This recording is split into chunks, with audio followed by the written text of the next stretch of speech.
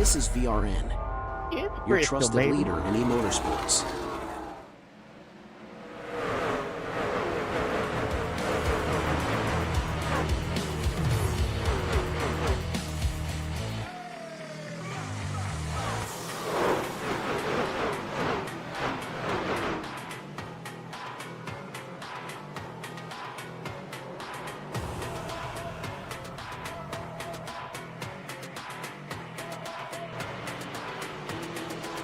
Reckon. I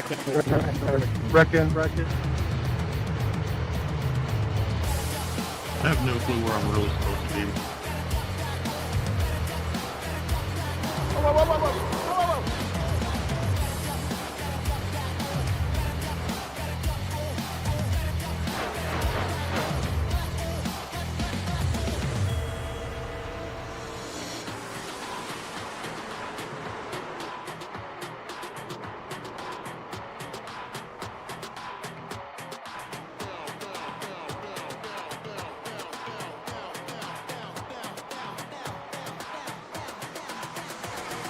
Going around to the stripe. Turn one.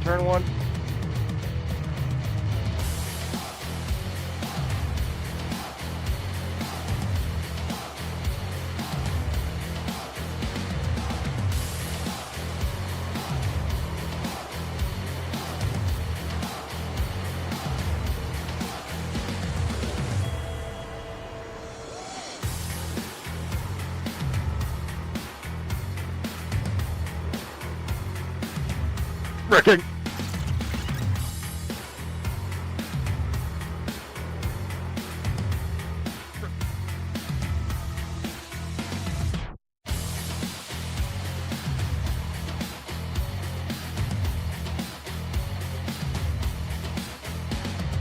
We're stopping for a red.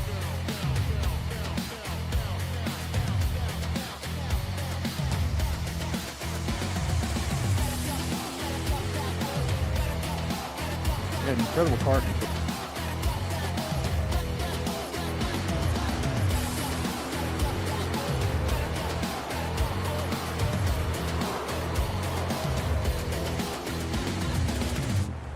Sorry, I was blind.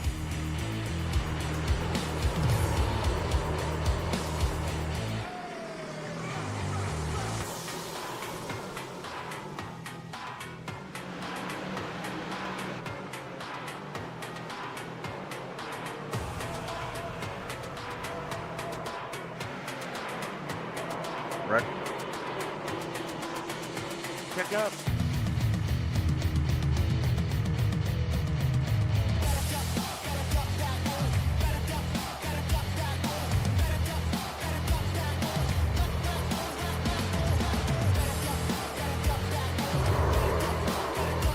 One stretch.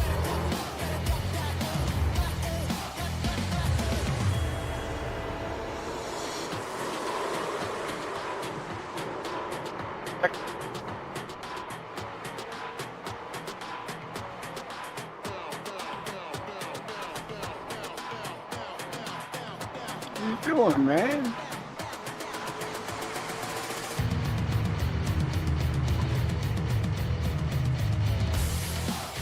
I'll be on the apron.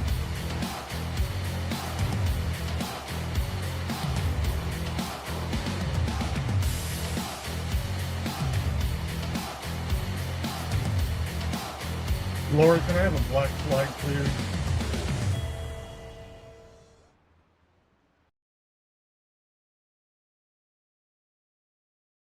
It's Bristol, baby.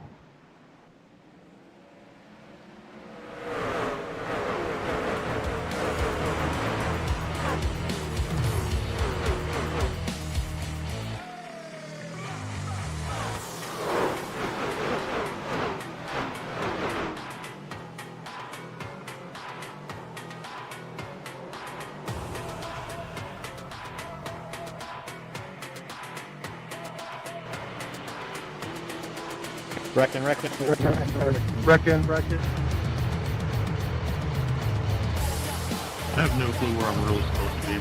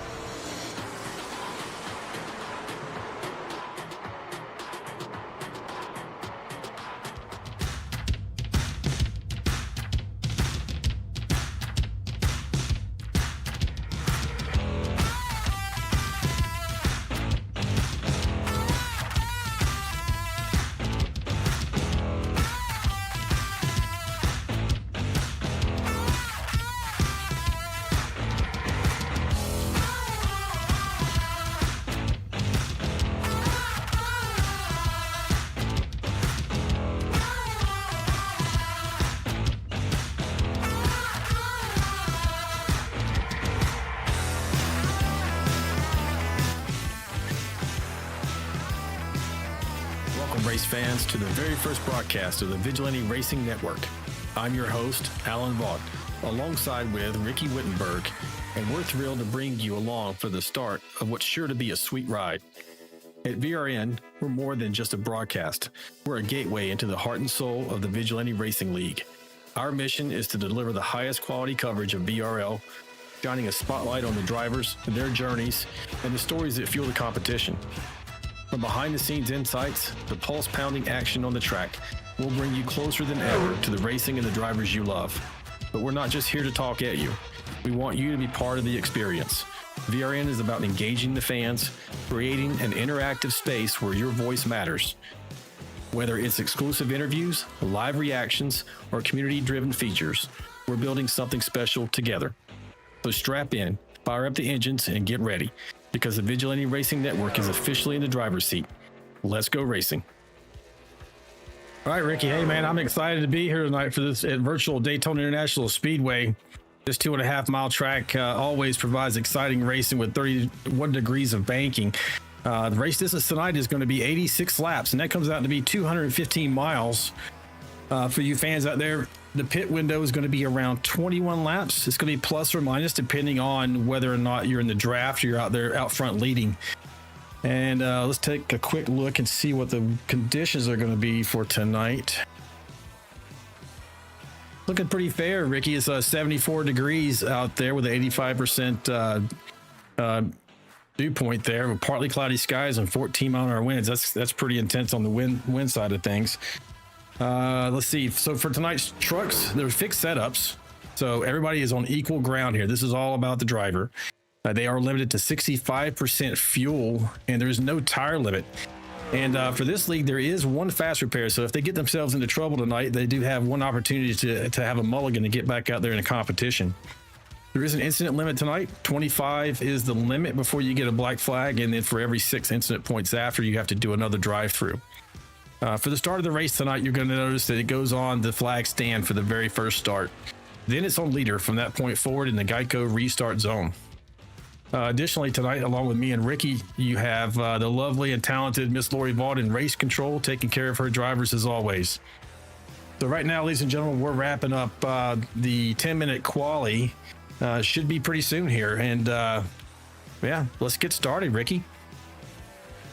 Yeah, glad to be here tonight, Alan. It looks like it's going to be a good field of cars here at Daytona. We got at least 30 guys, it looks like, out there, and a lot of familiar faces and some new faces. And Daytona is known as one of the great equalizers, so it's going to be interesting to see how the old guard and the new guard play together here tonight. Yeah, and then for those who are new to watching us, this is a sub-league, actually series of the Vigilante Racing League, which is the Premier League that's been around for about 5 years now.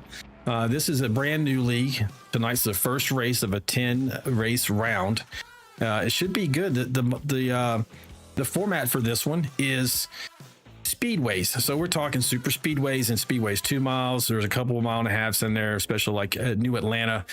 And it should be fun and appeal to that speed demon out there. The people who just want to go fast, not interested in the short tracks or the road courses. Oh, yeah. There's a lot of guys out here, especially in the virtual iRacing, that love the speedways and being able to flat-foot it and smash that loud pedal. But so it's kind of an equalizer, especially on plate tracks, where you can make a few mistakes and still stay in the draft or stay in the pack and always feel like you got a puncher's chance. So tonight here at Daytona, pretty well everybody has a chance. Yeah, for sure. It looks like we are starting to wrap up qualifying here. I don't see anyone actually on the track at the moment, so we should see them start the grid here shortly. Who's your pick for tonight? Who do you think's got the best odds of winning this thing? If you go by what we know and the plate drivers that are great at these types of tracks, it's hard to count out either Albert Anderson or Kelly Kill. If you give me those two, I'll give you the field. You can give me the field. I think you got some others in here are really kind of maybe sleeping on you, like Eaton Robertson is always up front. And then you got Mike Adamson. And I know we have some brand new folks that I've seen race with us a little bit, and they're super fast as well. So this is going to be a very competitive league. We got a big field tonight, and we anticipate that's going to carry through all the races for this series. Everyone's super excited, and hopefully this turns out to be a great show for the fans tonight. Oh, yeah, Daytona is always a good show, and I'm half joking when I say if you give me Kelly and Albert, I'll give you the field, because I know that guys like Eaton, Dustin Wade's out there qualifying right now. He's great at super speedways. Andrew Player is such a smart driver. He hits his pit stops really good. He knows how to stay out of trouble. So there's so many guys that could win that you just don't know what's going to happen, and that's why Daytona especially is so exciting, because it always comes down to the last lap. Yeah, sure does. And for the fans out there who want to interact in this race tonight, please don't forget that we are monitoring the YouTube chat. Especially Ricky's going to be answering your questions if you have any in there tonight, or just making comments. And stay tuned at the end. We do interview our podium finishers, and if you have some questions for them, we'll definitely we'll put the question to them and see what they have to say on how they were successful this evening getting up on the podium. And for this particular series, we've already warned the drivers, and if we have a caution, we'll randomly pick one of the drivers and pull them up just to see how things are going or how they're handling the adversity if they happen to be involved in that wreck. So all the fans, please stay engaged. That's the point for tonight. Going to be a good time. Yeah, we've already got some people in the chat. Jelemy and Fancy Gaming Shrimp both say bass or bass. Maybe they're fishermen. I'm not sure. Tim McAdam is cheering for John McAdam out there tonight. Says, let's go 47. And John's going to grid 7th, so he's got a good starting spot, and he's always fast at these tracks. So, yeah, hit us up in the chat, and we will definitely try to get any questions that you have answered here on the air. Yeah, we are still waiting for them to finish up. We must have someone out there on the track, or it's just finishing out the time here. But yeah, still got about a minute and a little over a minute of qualifying. So if they're not on a hot lap, they're not going to make it. Looks like it's probably locked in where we're at here, with just a minute to go in qualifying. Yeah, for sure. Pretty soon we'll be able to show you the race grid here once they finish out this session. And we'll get lined up, maybe check out some paint schemes and on that parade lap and get going here. If everything holds up, looks like Kelly Kill is going to possibly be on the pole with a 51.407. Barely beating Mike Adamson, who got a 408. It's tied. I mean, you've got 51.4s all the way down to 18th place. You can't get much tighter than that.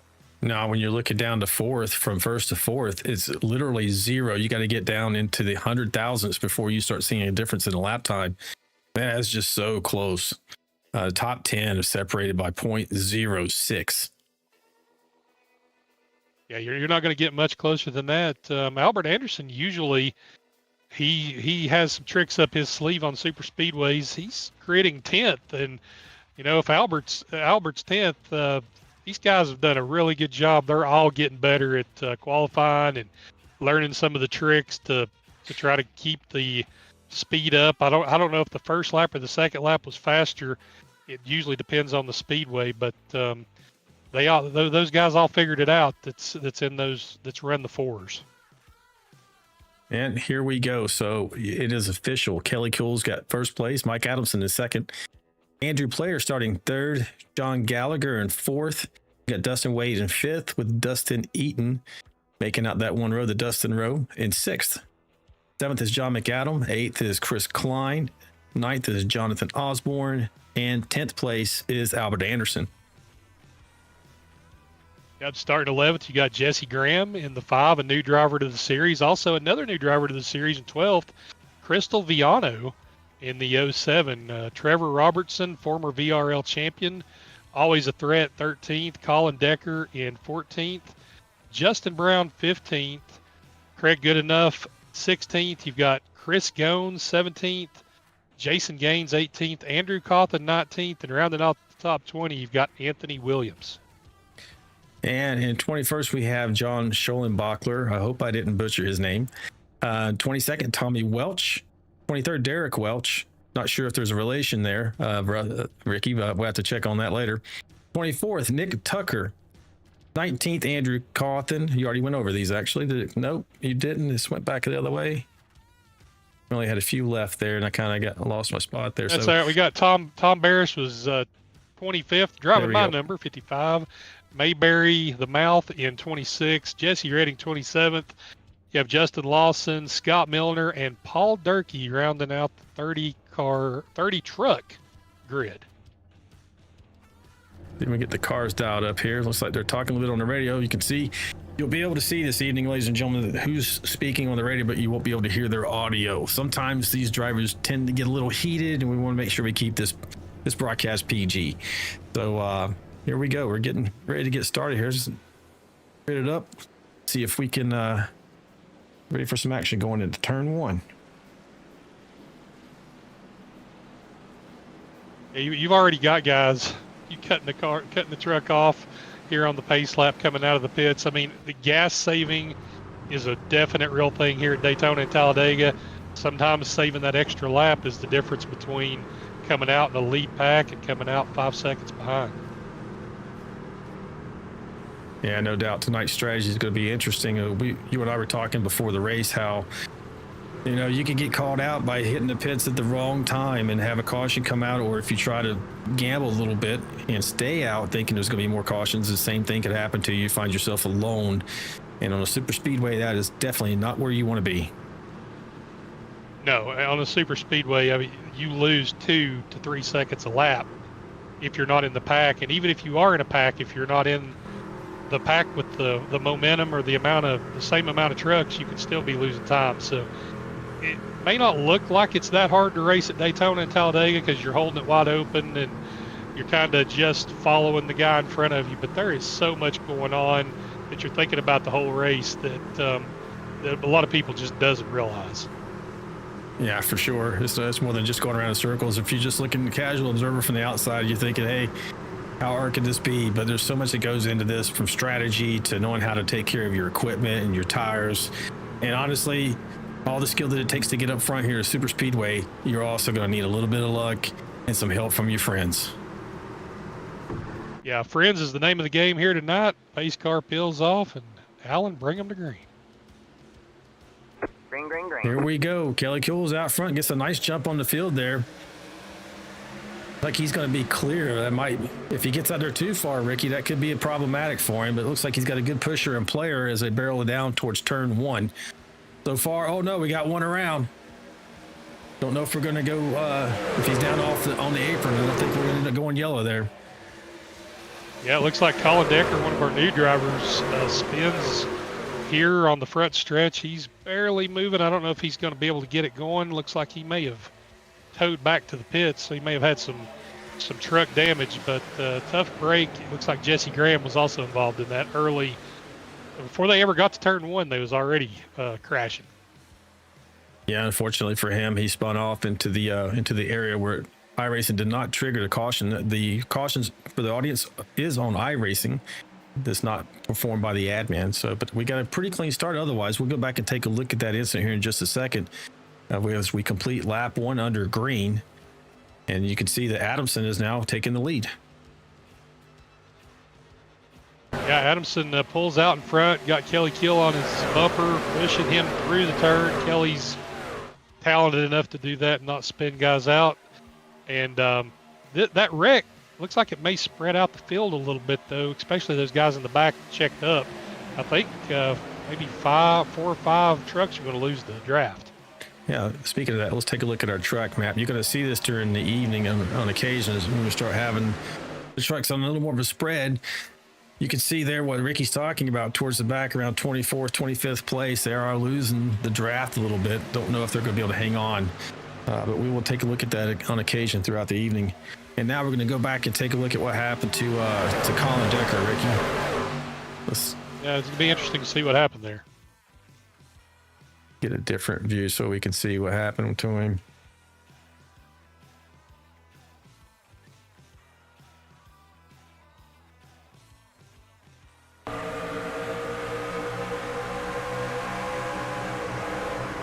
Looks like I don't know if he sounded like he may have let off the gas a little bit, or he just got hit from the rear. Oh, it looks he definitely slowed down. Something, maybe he had a mechanical problem with his wheel or his pedals or something, because it looks like he checked up really quick. And was that Albert Anderson that punched him in the back? Because whoever that was definitely has some nose damage, and they'll have to be careful not to overheat. Yeah, it looks like he's coming back on the track there. As we came back to the live view, he's down there, so he's going to be at least 1 or 2 laps down, and likely more since he's out of the draft. And hopefully once they come back around, he'll be able to grab onto the tail of this and stop the bleeding. Yeah, he's got a chance to get back in it. At a track like Daytona, you can make up a lot of spots real fast if there's a big crash. That was actually Craig Goodenough in the Miller Lite 89 that was that hit him, because his nose is punched in just a little, so we'll have to keep an eye on him. Yeah, we got a few trucks that look pretty close or similar in their appearance. Sometimes it's a little rough to be able to make out who it was. Got some good action up here at the front as we had Gallagher out there in front being pushed by Eaton. Now it's going to be Adamson and Kill out there in front, with Adamson leading that pairing. Yeah, here early in the race, guys are still trying to fill out who they can push, how hard they can push. They're probably not going to make any really crazy moves early in the race. They just want to see how the truck reacts when they push a guy, or how long they can push. I know, because we've had this happen to us, that the trucks have started overheating a lot more at Daytona and Talladega with pushing, and we've seen guys blow up a lot easier than they used to, so we'll definitely have to keep an eye on that. Yeah, it adds a whole new dynamic to the race, at least the last few times, to your point.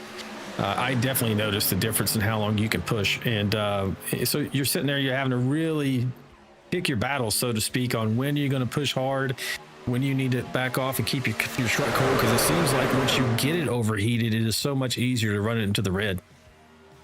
Yeah, and that's the thing. Once you get it overheated and you get it in that red, it's tough to get it to come back down. It's almost like the trucks gave up at that point, and it's going to stay hot. So you've really got to watch it.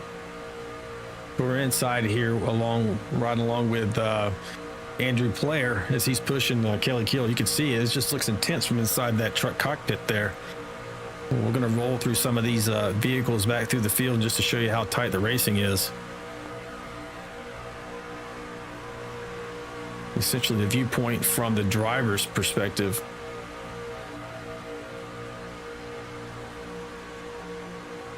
So America's driver, Albert Anderson, he's one of our top picks for he's just so good at these tracks. Diablo Sandwich and Dr. Pepper. I think it's the first time I've seen that on his tag. He must have skipped a meal to attend this race tonight. He's thinking about Smokey and the Bandit for sure. Albert's he's a character, and always tough to beat at the track, at any track, but especially at the plate tracks. We're going to take a look from one of these side views outside the truck.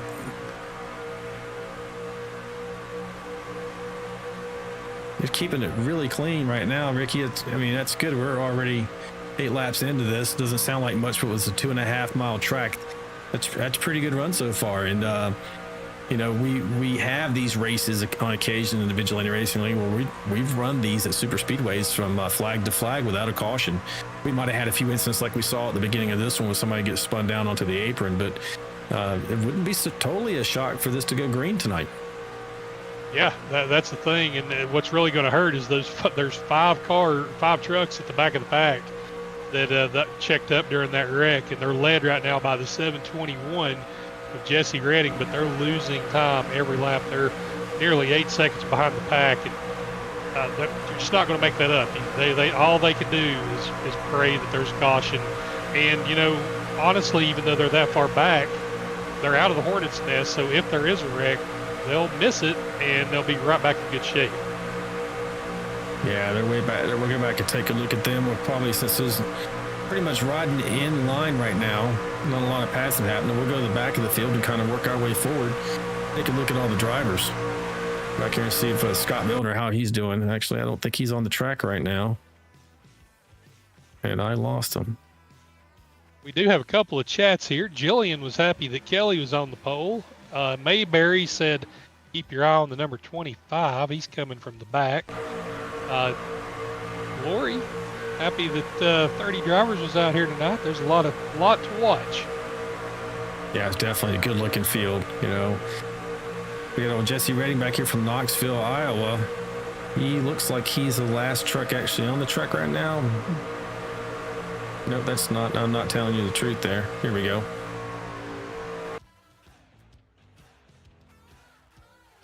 This is that pack that you were telling us about that kind of lost touch. You can see that there on the track map with Justin Lawson here running, along with looks like Paul, the old man Durkee, Jesse Redding, and you move forward at the end of the main pack. It's like they're wrecking. Oh, there's got something going on. There's a big wreck on the front stretch. Oh yeah, we're gonna have to go back, take a look at that. I'm shocked this is not a caution so far, Ricky. Oh my goodness. Oh no. Now this is when the caution won't.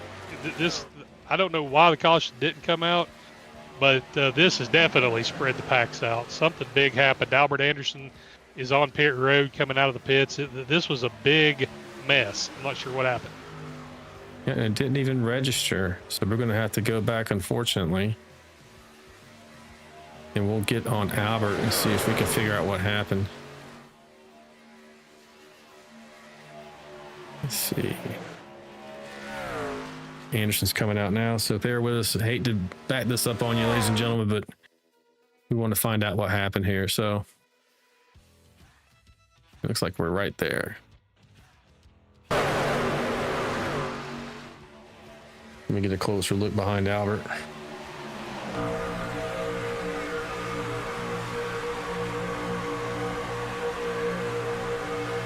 I imagine it might be a push gone wrong.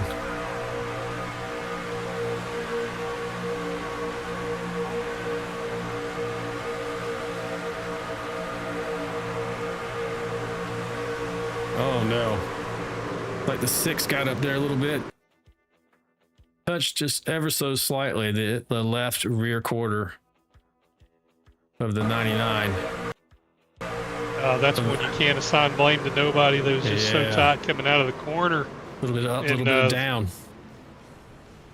A little up, a little down.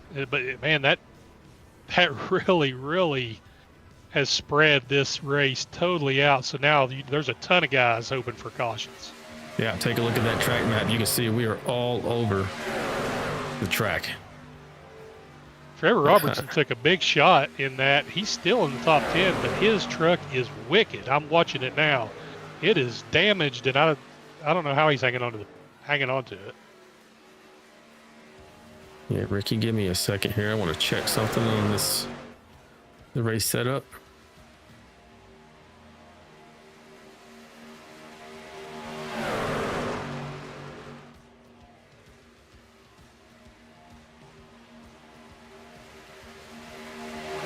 I just double checked, Ricky, to make sure that the setup of the race is correct.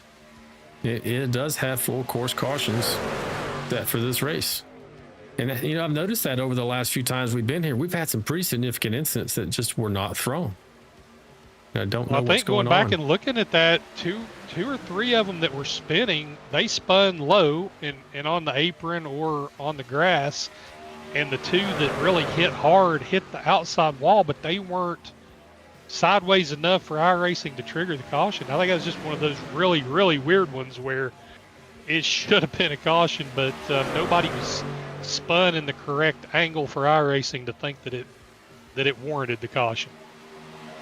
Yeah, well, it's like you got about a 7 truck breakaway here after all that melee. And man, I bet they're hoping for it to go green the rest of the way because they're lined up nose to tail, just trying to scoot away from the rest of the field. And it should be about 5 laps away from green flag pit stops here, Ricky, with Adamson leading. Kelly Cole's running second there. You get Tucker in third, Eaton fourth, and Gallagher's round out your top 5 right there. But they also in tow, they have Dustin Wade and Chris Goins. Yeah, those 7 are definitely hoping there's no cautions. I've been in that situation before where you're hoping there's no cautions. You see Kelly Kill, he had popped up a minute ago there as he was chatting. I saw him pop up. I believe they must be talking about when they're going to pit or some pit strategy between those top 7 guys, because they're now all going to be in lockstep. They've got 10 seconds on 8th, and they are pulling away.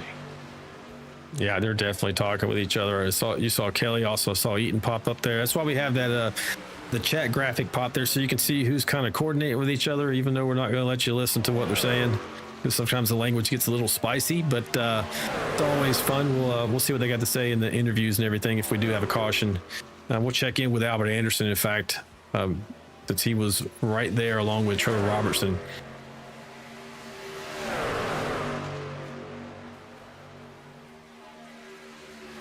All right, Ricky, I'm going to try to go back towards the back again, see if we can work our way forward and see who's running where, since we're so spread out now.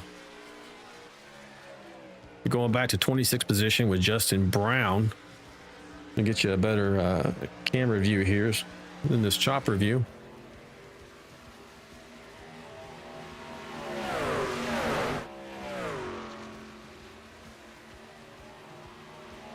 Justin at a 22 right there.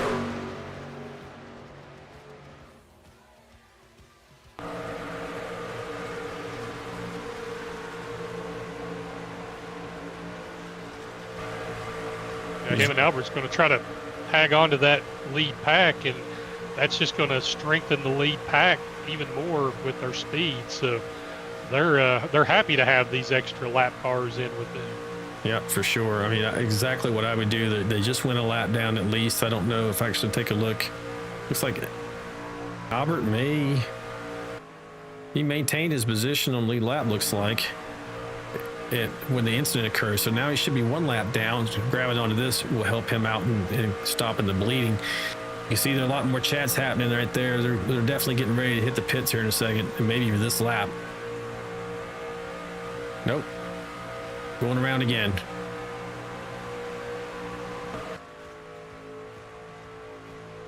Yeah, more trucks that were involved in accidents or had some issues. Craig Goodenough now falling a lap back. So now you're going to have really fast guys like Goodenough, Albert Anderson, trying to race for the lucky dog. So there's races within the race all the time. You never know who's racing who. There's always little mini races going on that some people just don't even see. Yeah, while we are spread out, you can see that the trucks are starting to still group in smaller packs. You don't have too many out there except for the 22nd and 23rd place, which is looks like Crystal Milano and Derek Welch running by themselves, but they're going to be absorbed by this lead pack who's coming up on them. Probably catch them before they get back to 3 and 4.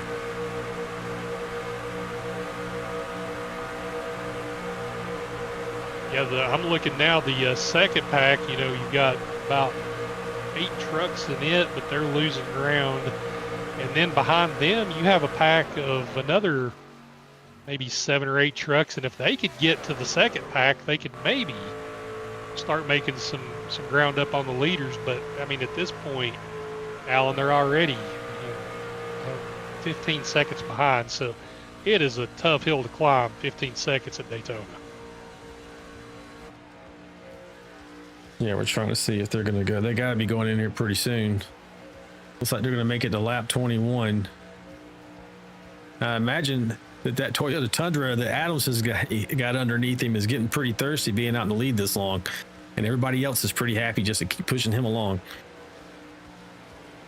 Yeah, that's the disadvantage of being out front at a track like this where you're using way more gas than the entire rest of the pack.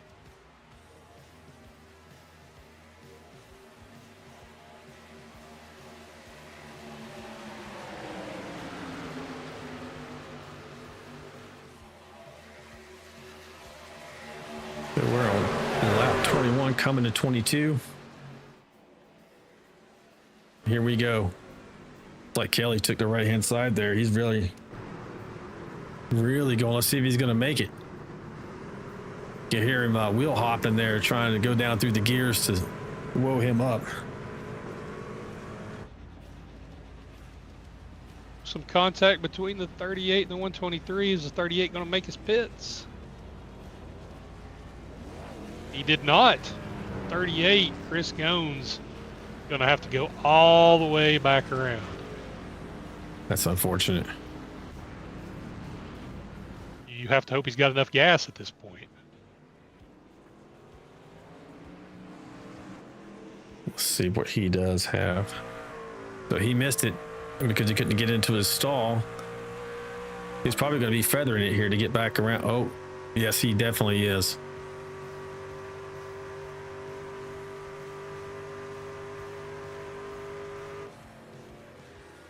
Yeah, I think that going into turn 3, he can coast in now, but he's now one of the guys that's going to be definitely looking for caution. So there was several guys that got through the pits better than others. So let's see if that breaks that lead pack up. I believe it's going to.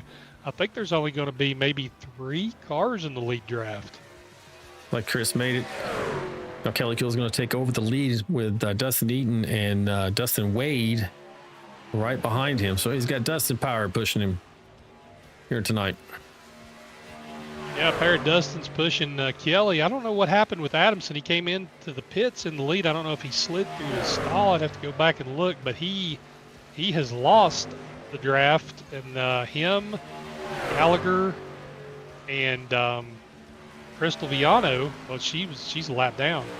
They've all lost the lead pack. I know Gallagher was the one that made contact with Gones, so maybe that slowed him up a little bit.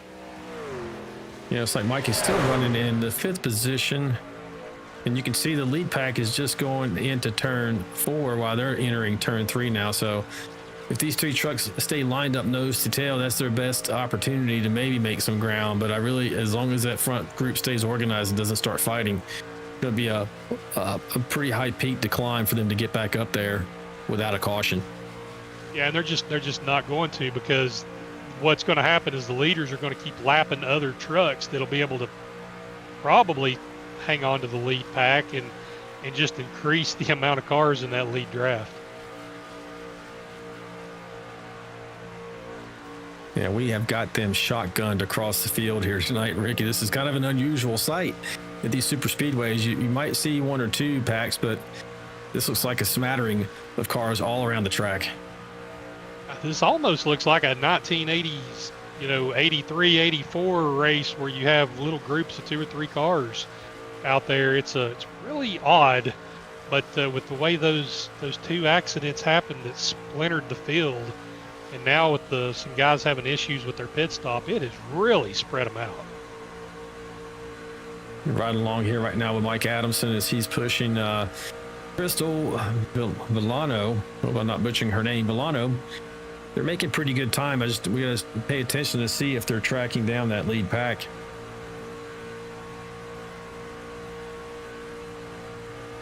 Now looking at some of the spreads, Adamson, him and his group there are 6.6 seconds behind. Then you've got 12 seconds back to Nick Tucker and his group, but his group is rather large that he's carrying, so they'll probably swallow up the 4th and the 4th and 5th in front of them, Adamson and Gallagher. It's going to take them some time to get there because they're just coming out of turn 4, but they're going about a second a lap faster. Got a nice 12-car pack here lined up nose to tail with, as you mentioned, Nick Tucker out front breaking the air for as Dave Mayberry propels them along. And these looks like they're being pretty disciplined, realizing that in order for them to get back in this race, they're going to have to work together here for at least in the interim until they get up there. Well, that's the thing at Daytona and Talladega. I don't get mad that much at guys, but sometimes when you're trying to make up ground and you have guys wanting to race side by side in the pack, you're like, come on, guys, you got to be disciplined and stay in line. That's the only way we're going to make any ground up. And as I say that, I see a little bit of 2-wide racing in that second pack now. Yeah, for sure. So for you out there watching on YouTube, what are your thoughts? Do you think that we're going to see a caution? Is this going to, honestly, Ricky, since they've gotten spread out, this maybe increases the odd that we do go green the rest of the way. Yeah, it should, but what might happen is some of the guys in the second pack are going to be maybe pushing a little bit too hard, trying to make up ground, and then maybe somebody gets spun off of a bumper and it's a one-car crash, but they spin the wrong way, and iRacing actually triggers the caution. It's going to be ironic if that's what happens. This one person, if something like that, who brings out the caution while we had that pretty big and sizable wreck right there in the front tri-oval that didn't bring out the caution. So, but you never know with this. Somebody probably maybe missed their entrance to pit road. Could end up spinning right out there, like you said, and just throw their truck bed up there in the racing line enough to trigger it. Yeah, you just don't know what's going to happen. Now, I do see that the leaders are probably just a couple laps away from catching 20th place John McAdam and 21st Trevor Robertson. Andrew Cawthon's back in 27, so he's an extra lap down. There's a 3-truck pack, but the leaders will eventually close in on them and probably gain a few trucks in their pack. Well, back up front, looks like Kelly Kill is using the 99 to break the wind for him. That's a pretty smart move. He's probably saving a little bit of fuel there. It was going to help him out. Now we start to see, I don't know if these guys are going to fight and start to mix it up a little bit, but that probably wouldn't be too smart considering they have a 12 truck minimum pack chasing them down. Yeah, the one thing is you've got Anderson and Good Enough both, and Derek Welch. All three of them are fighting for the lucky dog and trying to get back on the lead lap. So that pack doesn't have to be as disciplined, or they won't be as disciplined, because those three are fighting each other and trying to get back on the lead lap. Yeah, for sure. It's in their best interest to go ahead and fight it out, and maybe even slow down these leaders a little bit because they want to get back in contention. It'll be a rough road if they can't get a caution in here, though. That would be the one thing they would need, I think, to get back in it legitimately to have a chance to win the race tonight. Yeah, even with the way they're driving, they are still quicker than the second group behind them that has Viano, Adamson, and Gallagher right now, and it looks like it's probably maybe 2 to 3 laps before the Tucker pack catches up to Adamson. Now that's when that group could start gaining on the leaders a little bit. They're back 15 seconds. But I just got a note from race control saying, hey man, you did build this iRacing with cautions, right? Yes, I did, Lori. I even went and checked just a few minutes ago and verified, because I was wondering why that caution did not come out. It was a pretty sizable one, but to Ricky's point, they apparently cleared the racing line enough. iRacing did not trigger the caution, and this would not be the first time that we've seen this, especially at this track. I don't know as much at Talladega, but I have noticed it more here at Daytona. Yeah, it seems like Daytona, Darlington's a track where cautions don't seem to come out as much as you would think they would. It's just the way iRacing triggers the flags. But if you get below the racing line, iRacing just they kind of let it go. You have a sizable. This is that 12 truck pack I was talking about. Actually, I think they've gained a few trucks. Actually, looking at Tommy Welch right now, pretty big, sizable bunch here. I don't know if they got together and really focused on staying in line, if they could catch them. I'm sure they'll catch those 3 trucks out there running in front of them with Adamson and others. There's really a huge gap between them and the lead. Yeah, I think that's an insurmountable gap. Adamson, his group is 11 seconds behind, and then it's another.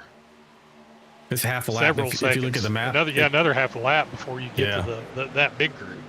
You see, you look at first, just cross the start-finish line, and 13th, who we're looking at right now, which is Tommy Welch. It's almost exactly half a lap behind them. And you got the 4th place. Yeah, right. Maybe it was this one here, the 9 truck. No, it's not. It just looks like something I would paint. Yeah, it certainly does. Kind of got a Billy Bog theme to it. I don't even know if I'm saying that right. The Mountain Dew, that Mountain Dew melon, that looks pretty good on that number 9. I'm sure he would love a caution right now, though. Maybe he could grab a Mountain Dew. I'm sure some of these guys, especially at a track like Daytona, if you know you're not going to be up front anyway, you got a chance to pit, run to the bathroom, come back, and stay on the lead lap.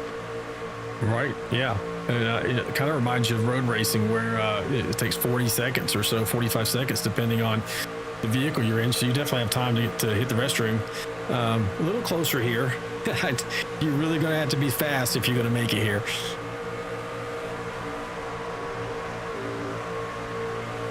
Let's jump back here in the back and see if we can find somebody running from the rear. Jason Brown here, running in the 25th position. We'll just do a little through the field while we have the opportunity. We should be coming up on, I guess, maybe another 6 laps or so. Green flag. Oh, there's a caution. There it is. Looks like it's going to be Paul Durkee. Derek Welch is upside down. Yeah. Dustin Eaton's involved. Has crashed. Trevor Robertson has crashed. What happened?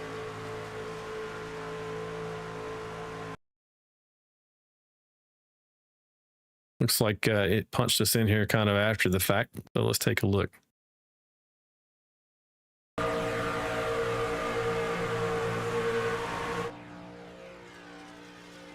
Probably going to be a push gone wrong. Definitely looks like that's what it was. It was one of those windshield wiper pushes. And yep. It right happens. There. He's involved. The 38 was involved. Who's the 38, Ricky? I'm not seeing that. Oh, it's like Chris Goins.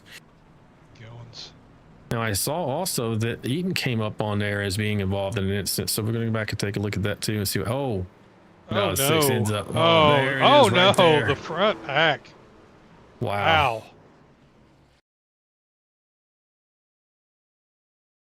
You know, you're never safe at Daytona. No, it doesn't matter where you're at, what's going on, you're just not safe.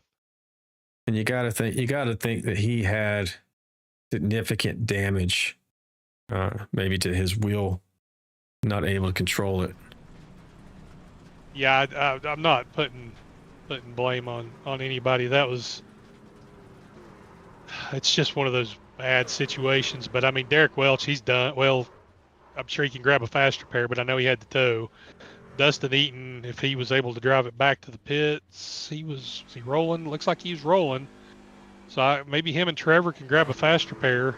Eaton will still be on the lead lap. Robertson will be a lap down, but maybe he can get a faster pair. This changes the whole dynamic of the race, though, here at lap 35. Yeah, as we're kind of in the pits here, taking a look at folks.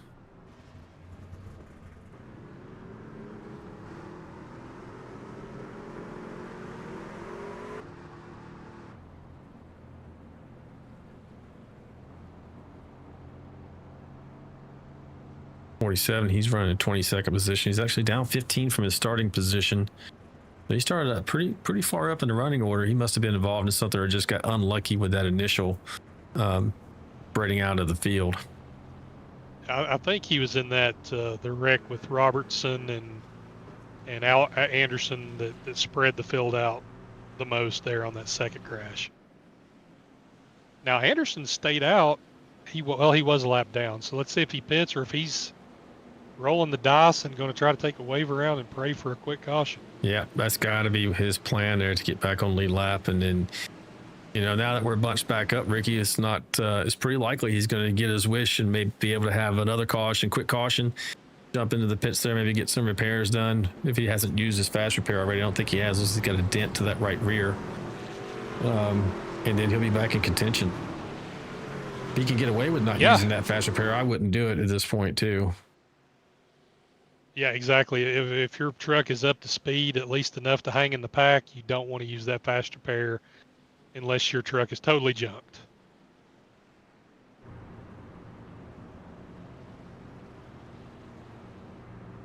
Yeah, you can see just a little bit of damage to that right rear tail light there.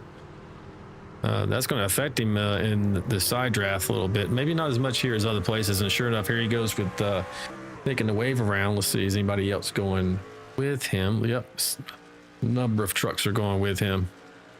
Yeah, McAdam and Coffin both taking their wave around as well. But Kelly Kuehl is probably going to end up being your leader. The board is right here. Or maybe Dustin Wade. Let's take a look. Yep. Like Dustin Wade came out of the pits in the lead there. He's living someone's dream, not living his dream, huh? Interesting. He needs to get back to living his dream. Now, the one thing that we're going to definitely have to watch, this is what happens every time we race at Daytona and Talladega and we have a long green flag run. Now the guys are going to think, I can't lose the draft. We're going to go green. They're going to push harder, and then that usually causes the caution. So it's a double-edged sword. You don't want to lose the draft now because you're almost halfway into the race and you saw what just happened. Right, for sure. When we go green here, Ricky, we're gonna do a crank it up segment and see if we can have folks out there turning up their volumes and get a good listen to that American horsepower V8s just screaming down the back stretch there, and hopefully they keep it green long enough for us to enjoy that a little bit. But I want to take this opportunity, since we got the field bunch back up, to be able to get some nice sound out of it.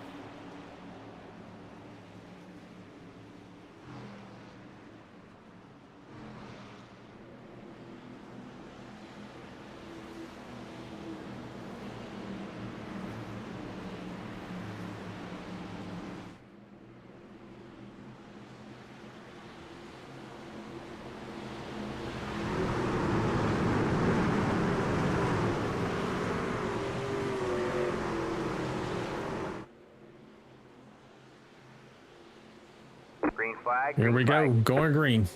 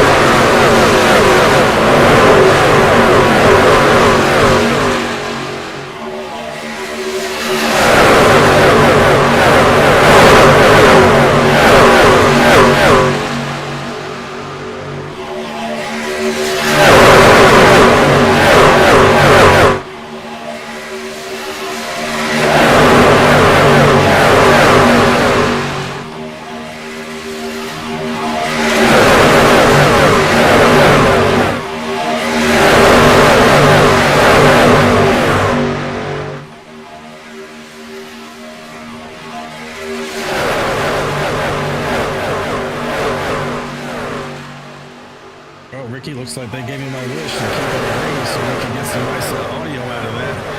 What really good is they were just flying past those static cameras on the outside of the retaining wall. Yeah, they everybody's kept it in check so far. It looks like at the back of the field, I was just looking, Albert Anderson, Albans almost lost the draft. I don't know if that was on purpose, that they hung back or what, but they are precariously close to losing the pack. It definitely looks like him and Andrew Cawthon. Yeah, I don't know. Maybe they're still carrying a little bit of damage. They're talking. Yeah, they're definitely losing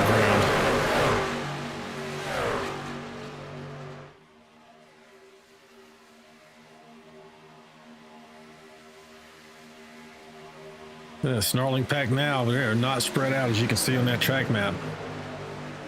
But I think 22 trucks. Yep. Lead pack, lead lap. Go Mr. Mayberry up there on the front row, making some hay. Oh, Dave Mayberry taking it to the lead. Give one to the older guys. Mayberry putting it out front. Oh, don't do that, Dave. I think he thought about doing the old block both lanes trick and thought better of it. He backed out of that, gets back in front of Kelly. All right, man. Caution is out. Caution is out. What do we have? What did happen? Ooh, good enough. Like Andrew Cawthon, Chris Goins, and Craig Goodenough. If we can get you a better look at it.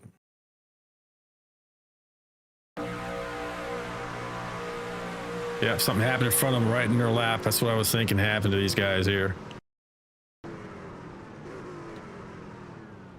Well, looks like he did a great job. Let's see if Albert was able to do that.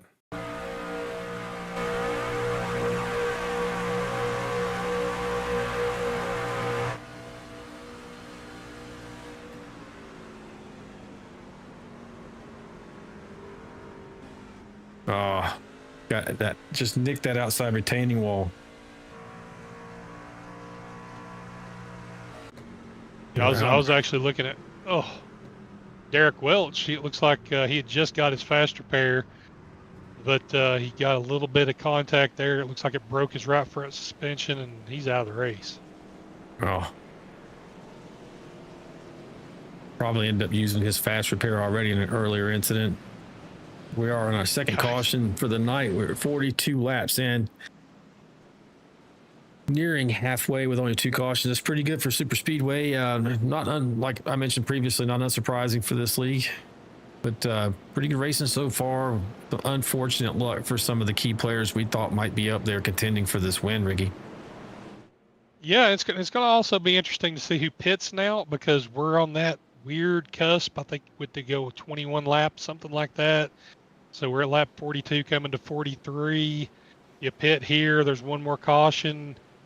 Then you might be able to make it on one more stop.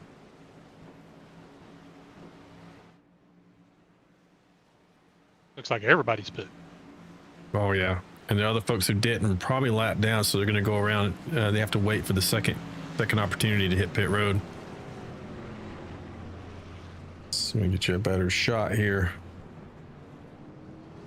Like we're catching Anthony Williams and Chris Klein both stayed out. They're both on the lead lap. They may second guess that staying out, but it may work out for them too. Who knows? Now they're going to be up front and out of the mess. Yeah, and there's something to be said for that. You know, you try to stay up front as much as you can so you're not caught up in these other incidents, but you don't always get a choice. And this is something we talked about previously, you know, staying out. This is a gamble. You know, I don't know that we ran that many laps under green between cautions, probably not too many, but it could come into play where if they're the only 2 that hit pit road, they're going to be in the hurt locker coming out by themselves. Oh yeah, it's hard to tell exactly how it's going to play out. There's not any real good solution. Looks like Chris Goins has retired his truck. He must have had a little too much damage to continue. Crystal Villano coming back into the pits. She's hanging in there, a couple laps down, well, 1 lap down, so she's still got a chance to get back in this. And now Albert, he took that wave around. He's back on the lead lap, or he's still on the lead lap. He's on the same fuel strategy as most of the leaders, and I believe he may have repaired his truck. It does look like it is repaired. Yeah, he did. You can tell that right rear was what was damaged on there, so he's going to have to tread lightly now. No mulligans remaining, but I imagine he's going to save his best for last. Yeah, he definitely took a fast repair right there watching it back, so he's going to have to carefully navigate back through the field and try not to get a crash here. Get a check on the chat there, Ricky. I think we got a new message from somebody talking about Mayberry. Yeah, Kyle Vaught, that joker in the chat, says, watch out for Mayberry. Everybody better be careful, which if he would have made that block on the front stretch, that would have been big, but Dave, he knew not to do that, stayed up in his lane and did not kill the field, which is, I'm sure, appreciated by everybody behind him. Yeah, for sure. Those guys have are running a feud, so to speak, but it's one of those friendly feuds where they just like to trash talk each other, and they definitely want to beat each other come race day. As we're taking a look here at Tom Barish, hometown from Gulf Coast, Mississippi. I've been there. Very humid, beautiful location, but very humid. Don't know if I'd want to be there tonight because it's already pretty hot here in Texas as well. But he's running in 17th, up 8 positions from his starting spot on the grid. Yeah, a little bit of quiet night for Tom. I think he was involved in one of those early crashes, but looks like his truck is in pretty good shape, and he's still on the lead lap. Yeah, certainly does. Let's see if he's able to push up. He's running your number there, Ricky, the old double nickel. Yeah, it's got to cheer for anybody that's running the 55. That's a good number. Been a good number for me for years. Yes, sir. Let's see, we'll run through the field here, see if we can get a look at anybody who happens to be watching. If you haven't seen your favorite driver tonight, let us know in the text chat there, and we'll make sure we get them a little bit of screen time so you can talk to them. Yeah, George Rincon joining us in the chat, missing him racing, but know he's got some things going on. Hopefully he'll be back on the track soon. George, the hardest man to pass in show business, but man, one of the cleanest guys out there. And you got to pack a lunch when you're racing George. It's always fun. Yeah, no doubt. Recently, we had talked about him being the hardest man. He'll camp out, and you will not get past him without earning it. We're getting ready to go green here. Anthony Williams up front, as you mentioned, Nicole under green. He gets a nice jump. See if the 88 can get to him. He's gonna work both lanes here, run it to the outside. It's a technique that a lot of drivers use, but it does not doesn't come without risk. You know, if you misjudge it just in the slightest, you're going to end up going for a ride in a lot of the field with you from that position at the front. Oh, absolutely. One of the only differences I see with some of the guys that we have racing with us and some of the pro drivers is they'll do that block both lane things, and then you'll see them have 12 cautions at Daytona, and you wonder how they made the pro series. They do a lot more wrecking than I expected them to do in the Coca-Cola NASCAR series, but it is very entertaining. As up front, you got Williams, Klein, Adamson, and Keel. Keel being probably the best pushers I think I've ever seen or experienced. Always at the front, always someone you want on your team to be able to get a victory, either you or him or him being out front. Yeah, I've raced with Kelly over 5 years, and there's only a handful of guys that I could safely say that they could get on my bumper and push me all day long, and I wouldn't worry about it one bit. He's one of the few. We're missing one of our old buddies, Simon the Cobra Regis. He's one of the others that could just grab your bumper and push no matter where you was at. And some guys just have that talent, and I don't. So that's why you don't see me pushing too much. Yeah, it's kind of really impressive to be able to see somebody who can push that hard without blowing his truck up and without spinning you out. So you notice that he doesn't do a lot of the cross bumper rubbing, because that definitely puts the truck in front of you out of shape. He times out when he's going to push, and he pushes in the most efficient manner, which is what makes him a great super speedway racer. Oh yeah, he's phenomenal. Now, one thing that's interesting up here up front, you've got Williams and Klein, who's not been at the front of the pack all night, with guys that have been up there. So you're going to wonder, are they going to try to push and play nice, or are they going to try to get around these guys? It's going to be interesting to see what they do in the next few laps. Well, at the moment, going 3 wide, I think it might be a little early in the race. I know it's possible, and we've run here for multiple laps 3 wide, but it significantly, exponentially increases the risk level. And for those trying to get through this, maybe already having used their fast repair, I don't know if it's the smartest move. If I were in the pusher position tonight, Ricky, right here, I think I would try to just get to the next pit stop and see if I could pass him on pit road. Yeah, really, you've got probably one more pit stop if these guys could stretch it. I think they might be able to make it on one stop. So you've got some guys definitely probably sitting at the back of this pack that is trying their best to feather the throttle and save as much gas as they can. And I don't know if that was a strategy by Albert Anderson or not. He hung back on that restart a little, and he has lost the pack again. Wow, that is surprising, because he definitely didn't have any damage there. But to your point, he's running back there in 22nd. He is not in the draft. I was watching the back of the pack on the restart, and he was hanging back. I think maybe he saw something he didn't like in front of him, and maybe he just let him get a little too far ahead. That can happen. I mean, it's a matter of a couple of tenths of a second on whether you hang on to the draft or not. Yeah, he's back there 22nd. He's probably counting on some more carnage, and we do have about 36 more laps to go. Nearly another half of the race, not quite. So maybe that's definitely his play. But I don't know. It's a risk if he's dropping out like that, and these guys go green. They're going to put him a lap down again. Yeah, I mean he's got probably 10 or 12 laps before they come back around and lap him. So he's probably hoping that there's some carnage that happens up here, because he was definitely be clear of it at this point. I mean, the odds are he's gambling in the right direction, but maybe some of the instances that have already occurred of calming these drivers down. They seem pretty content, Ricky, here to ride in line, and maybe their thought is what I mentioned earlier, is just trying to get to that next pit cycle hope to make some passes there. See Kelly Cool drop it to the low line. It was like he's proven me wrong. You said would they try to get back to the front, and certainly Kelly is the hound dog for the front.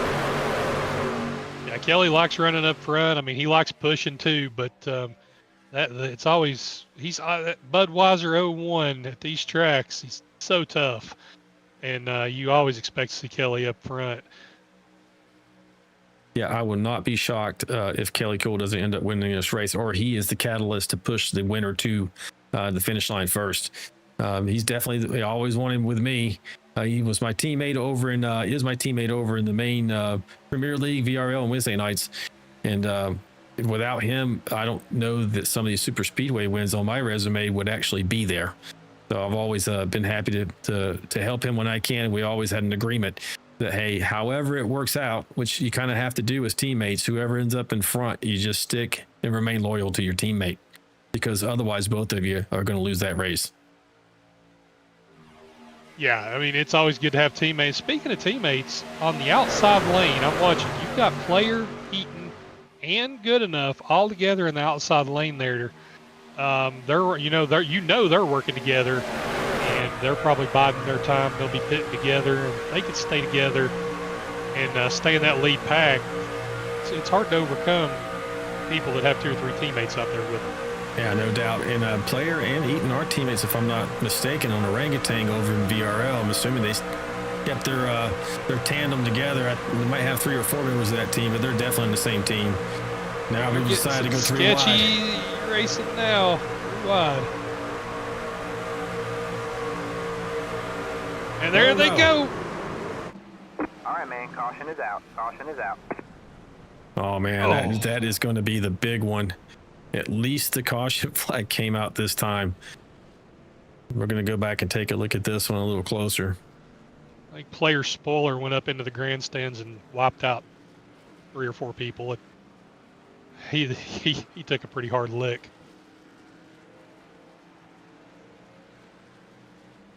All right, let's go back and take a look. I think this might have started with the 14.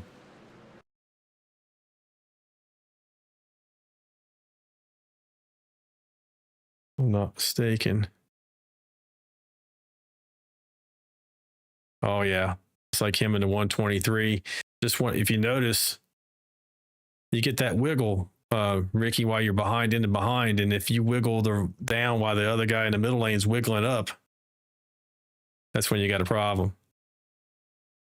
Yeah, it looks like Gallagher was maybe just trying to maybe give the 68 a little too much room on the inside. It's so hard because he was following the guy in front of him. Sometimes you get that tunnel vision where you're watching the guy in front of you and following their line, and you're tracking them, and then all of a sudden you run into a guy outside of you, and it's really disappointing when you're a guy 4 cars in front of what actually starts the wreck, but it just dominoes into you. Because Player was well clear of that. That happened, 4 trucks behind him, and he still nearly tips over and loses his rear bumper. And that's a mess. 47, 20. Look at him going. Someone got through clean on the grass. There was 29. Looks like he came through pretty good.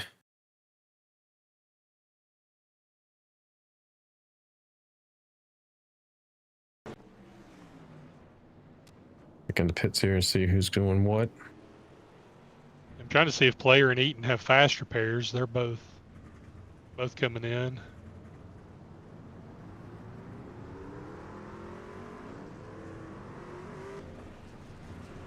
But Eaton's in the pit now. Getting tires. We'll see if he rolls out here. Like Player must have got a fast repair because his truck is now repaired. I think Eaton was in a prior wreck, and he's sitting in the pit, so he must have a. He's having to try to fix what he can. Yep, unfortunate. For your current leader, ladies and gentlemen, is Adamson in the 88 off of pit road at least, with Kelly Kill in second. 49 is Tucker at third, and Dustin Wade rounding out the top 4 there. So your leaders and your pushers on this restart should be within those 4.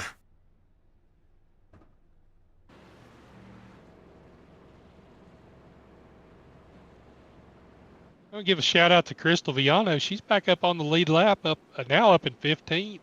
Some of the new blood here in the Vanquish series that who knows? You know, this is a feeder league to the VRL, the big boy series on Wednesday night. I guess it could be the big boy and girl series on Wednesday night if Crystal works her way up into that. But seeing some of these new faces run well is good. John Schoenbacher running in the top 10. He's been quiet all night, but doing well. You've got some of these other new guys. It's ran, you know, respectable. Nick Tucker's been with us for a little while on Friday nights, and he's up in the top 10. Yeah, I mean, you're talking about John Schollenbacher there. He's plus 11 from his gridding position, and right in front of him in 9th position is Jesse Redding up 18. And good old Dave Mayberry in the 8th position, also up 18 positions from the start of this race. Now, everybody should be on the same pit strategy now because, you know, going 20, 21 laps, we're going to restart on lap 56. So they'll get about lap 77. You know, some guys may want to pit it short, a little bit short, and take a chance. But I'd say at Daytona, with not knowing when a major wreck could happen, they'll probably run it about dry and then come in for a splash of gas. A splash and go at the end if we stay green. I know George out there in the chat saying, let's go Anthony Williams, running well. Go Team Goodweiser. So George cheering on one of his team trucks out there. Yeah, for sure. And I think if I remember correctly, George is moving, and he's not able to race with us. I'm sure he would be here tonight if he was. Maybe he can let us know if he's still in the process of moving, if he's made it to his new location. I imagine his virtual truck is torn down right now, waiting to piece that thing back together and get back on the track. We miss you, George. Looking forward to having you back, buddy.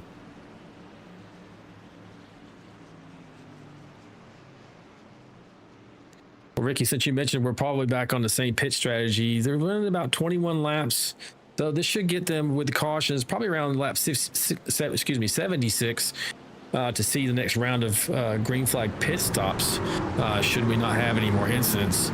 But the way things are going here, getting towards the end of this race, we tend to see a little more activity from the drivers, and that always brings the potential for mistakes that end up collecting drivers. So we get ready to go here. We're going to focus on Mike Adamson, who has control of the restart. Green flag, green flag. Here we go. Hammer down again is crossing the start-finish line. Looks like Billy Kill had a pretty good launch there. He remained almost alongside. He's definitely alongside that second position, and he's going to remain so as he tries to side draft a little bit going into turn 1.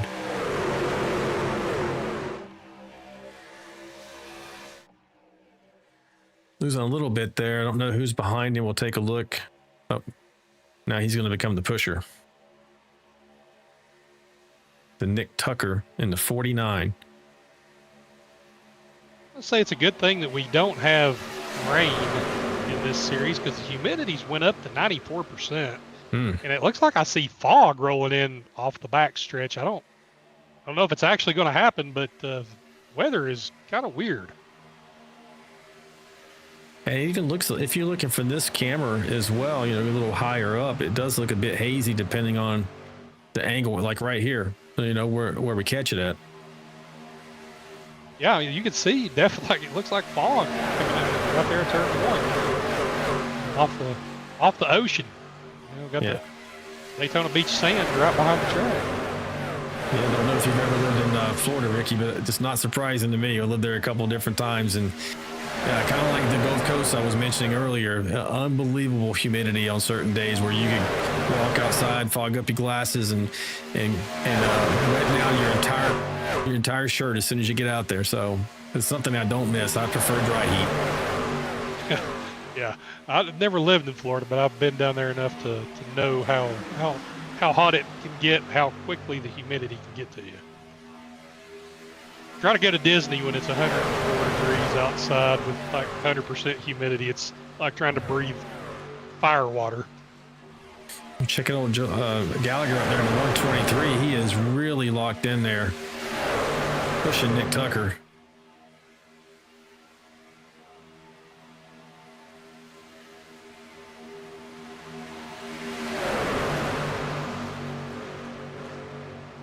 this is where, some guys have had to take fast repairs, some haven't. You kind of got to just go for it now. Albert Anderson, I think he's lost the draft enough where he knows he's just got to go for it and hope for the best now. He's up in the middle of this front pack. He's back up into the top 10. Yeah, so I guess he made the right call there, laying back, expecting another caution. Just what a gamble, but I guess when you're sitting there without any more fast repairs, it's maybe the right call, and it worked out for him this evening. Yeah, you always second guess yourself if it don't work, but then you look like a genius when it does. Yeah, Dustin Wade, Now they're getting you got a to nice start doing run on math that here side. too. Oh yeah, Like go you ahead. said, we can go to about lap 76 or so probably on the gas, but then you have to start doing math or meth or whatever. But you're trying to drive, you're trying to set your gas and make sure that you don't take too much when you come in, but got to make sure that you take enough. There's a lot of stuff going on with these guys right now. They're pushing all over the place and probably also trying to adjust their fuel for when they come in. There's a lot going on in this particular league. Most people don't have an external body on the pit crew there, or on the pit box rather, crew chief in this event. So they're having, like you said, they're having to do all that calculations while making split-second decisions that could end up putting them in the fence or another competitor. It's a lot happening all at once. So you really got to commend these guys for being able to do it. I know I could benefit from maybe taking my shoes off on occasion and start counting out some math there to calculate when I'm going to hit the pit stop. But unfortunately, I usually have some good teammates in the chat with me helping me work it out. Yeah, there was a caution-free race that we had in the main series at Talladega not long ago where I was in that lead pack with you all, and I didn't do the math correctly, and I just had maybe an extra gallon or two of gas that I didn't need, and it cost me the lead pack. So there's so many stupid things that can happen, and it's bad when you shoot yourself in the foot because you've not done the math right. Yeah, you mentioned John Dornbachler. He was up, I think I told you, 18 or 10 positions. He has lost some ground since that restart, only up 5 positions, running currently in the 16th position. Just got passed by John McAdams like Tommy Welch. He had a pretty good run on the outside. Everything's kind of calm right now, Ricky. I'm just kind of working my way back here through the field to get some screen time for some of these drivers. See how they're running this evening. Looking at Justin Lawson right now, running in the 18th position. He is up 10 positions from his grid tonight. Running pretty well. Don't know where he joined us from. Maybe one of those recruiting races over the last few weeks, but glad to have him. Yeah, it's always good to see new faces out here that we've ran with some of these guys for 5 years now, and we love all of them, but it's always good to see a little bit of new blood come in and shake things up. Yeah, for those new drivers and new fans out there, at first it seems like, it's tough to break in with these guys, but if you hang around and you drive well and you're fast and you're respectful, you'll be taken right into the fold, and you won't even know the difference and be like you were here from day one. Yeah, it's not even about being fast. It's more about being respectful and just not wadding up people, and you'll earn a lot of respect real quick when you race clean and safe and just come out here to have a good time, because that's what it's all about.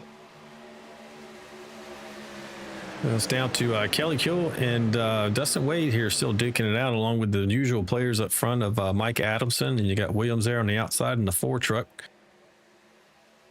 These guys have been up front all night. The question is the next 24 laps, which is we're already down to 24 there, Ricky, are they going to be able to pull this off? They've been up front all night, so I wouldn't put it past them. I'll give a big shout out to Dustin Wade. We did talk about him in the pre-race just with each other. He's kind of a dark horse. Don't overlook him here tonight. He always runs well at the plate tracks, and he has stayed up front almost the entire race.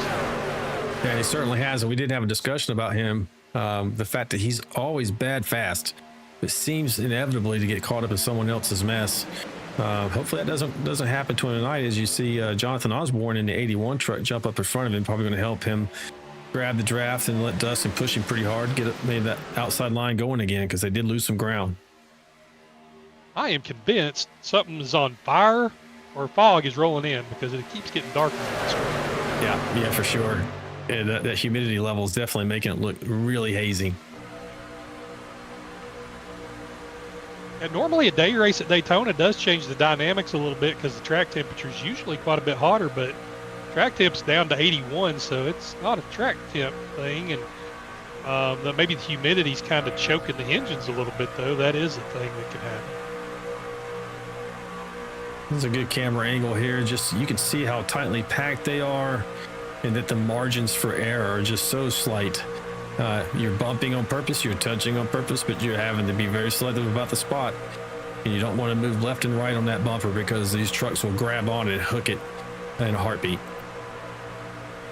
Speaking of quiet tonight, Jonathan Osborne out of nowhere in that Tide-looking ride gets the lead and then turns down right in front of Kelly Kill.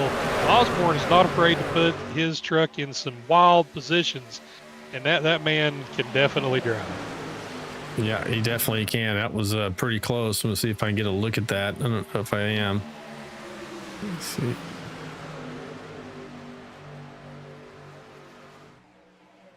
Starting to get 3 wide here in the pack again too, so. Let's see if we can get a nice little look at this, what he does here.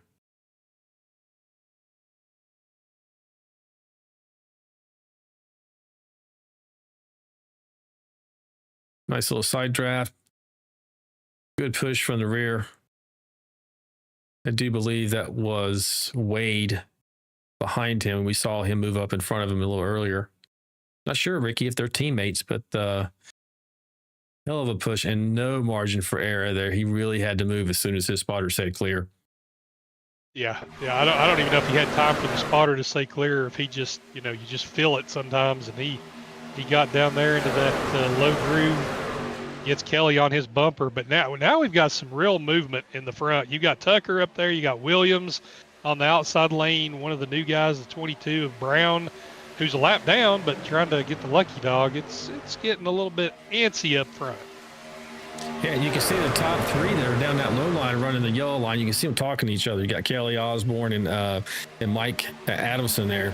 You see their radio popping up there. Must be getting ready for that green flag pit stop. Yeah, more than likely. It looked like going into turn 1 right there, Williams may have got a little bit of a shove. Ooh. Three wide. 3 wide on the outside.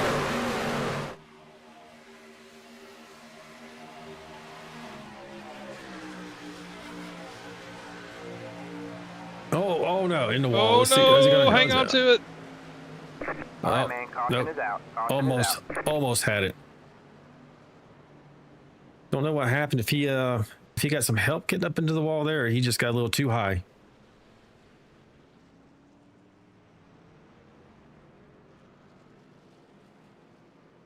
Yeah, I'd have to go back and take a look at that again, but that was just one of those where he went to the outside 3 wide and he didn't have a lot of help, and I think he was losing some momentum and was getting passed on the inside, and Wade come up to give him a shove on the outside, and it just kind of tightened up.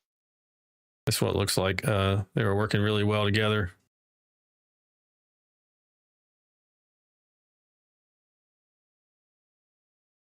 Don't know if he touched him or not, Ricky. No, he just barely. He grabs the wall. I think he grabs the wall, and then Dustin probably touches. Yeah, no, that was a little bit of net code too, but he probably would have hit him anyway. But Williams hit the wall, and it slowed him down. Yeah, looked like the initial was exactly that. And he just, just keeps getting his truck destroyed. Hopefully he's still got a fast repair left. We'll take a look at his back end there, because he was missing the bumper cover. Oh, there's a wreck. Something happened. I don't know if it's when they're slowing down. The 9 car of Thomas Welch. He spins out. He didn't hit anything coming to the pits. That was very strange. I'm not sure exactly what happened.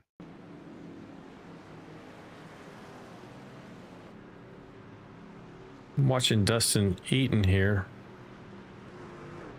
It looks like that truck up just forward of him. Maybe he stopped on the track. Yeah, the 9, I think he was straddling the apron, and maybe it kicked him right, and he done like a half spin, and everybody checked up. It not sure what caused that. That shows you the difference on the transition from the banking, though, if nothing else, that you start to straddle that line, the flat to the banking, that will throw you sideways in a hurry, even if you're only going 60 miles an hour. There it is. I think I just missed it.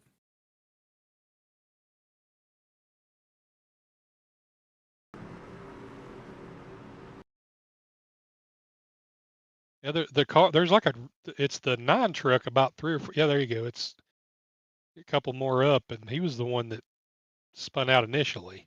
And then the banking, the 31 degrees of banking, just pushing back down the track. And as you see, John McAdam goes up, and it just goes from there. Yeah, I think luckily nobody made real hard contact. I mean, Eaton, his truck's already a little bit hurt. Just hurt it a little worse.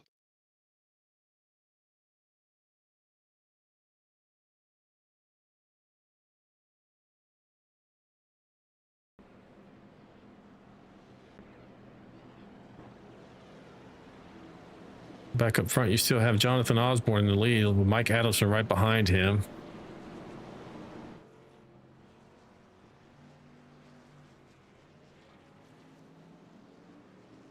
Oh, Kelly overshot his pits just a little bit, and he had to back up twice, and that cost him several positions. He's back in 7th. Looks right now.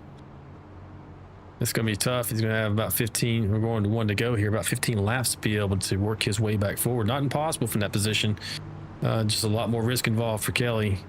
Got a teammate in Mayberry right there alongside of him. Don't know if they're going to end up working together to get forward, or if he can latch onto someone like good enough and make good use of that truck to get back to the front. Oh, it's an unfortunate situation. John Schoenbachler connection dropped due to the packet loss. It's almost like we don't have mechanical problems in iRacing, but you really do. You have internet connection problems, or your wheel disconnects, or your pedals disconnect, or you get a pop-up. So I'm glad iRacing hasn't implemented actual mechanical failures, because people have enough issues without that. Yeah, that's a good point. I mean, if you're looking at it from the perspective you just mentioned, I mean, that is the kind of the random blown engine or blown tire that we have to suffer through. Those things occur in iRacing already, so it would be unfortunate if they added it on top of the already packet loss that we and netcode that we have to experience. See that Mr. Rencon's in Tupelo, Mississippi tonight. He'll be in Georgia tomorrow, so safe travels, George. Hope you make it to Georgia just fine. Got Georgia on his mind.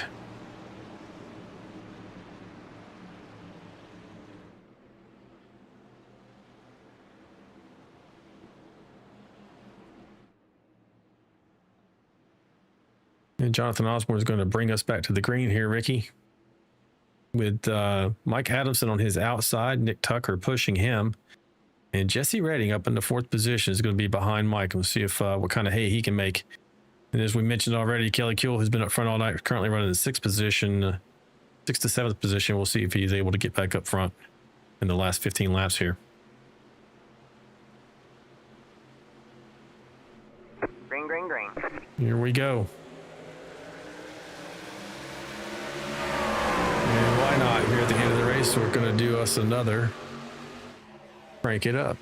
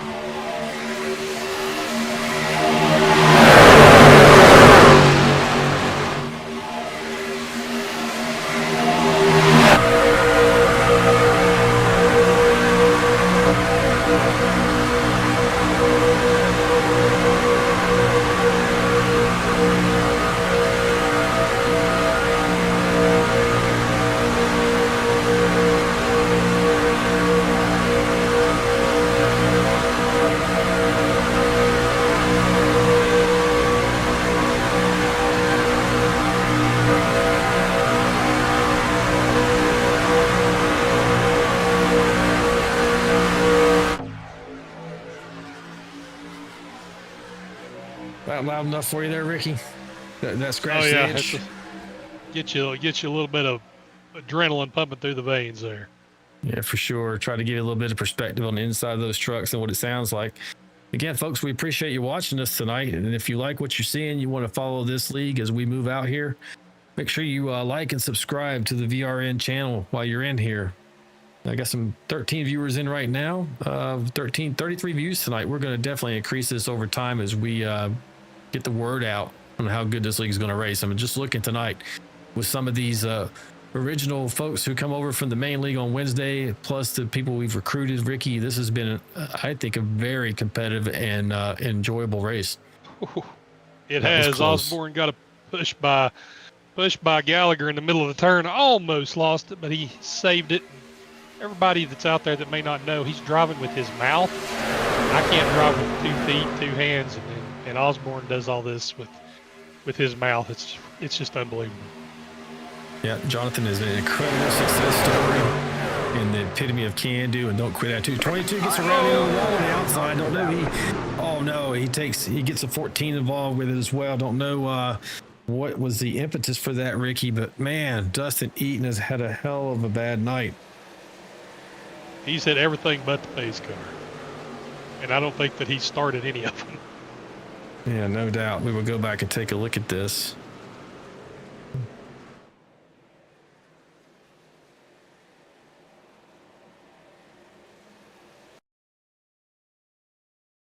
Let's get behind the 22 here.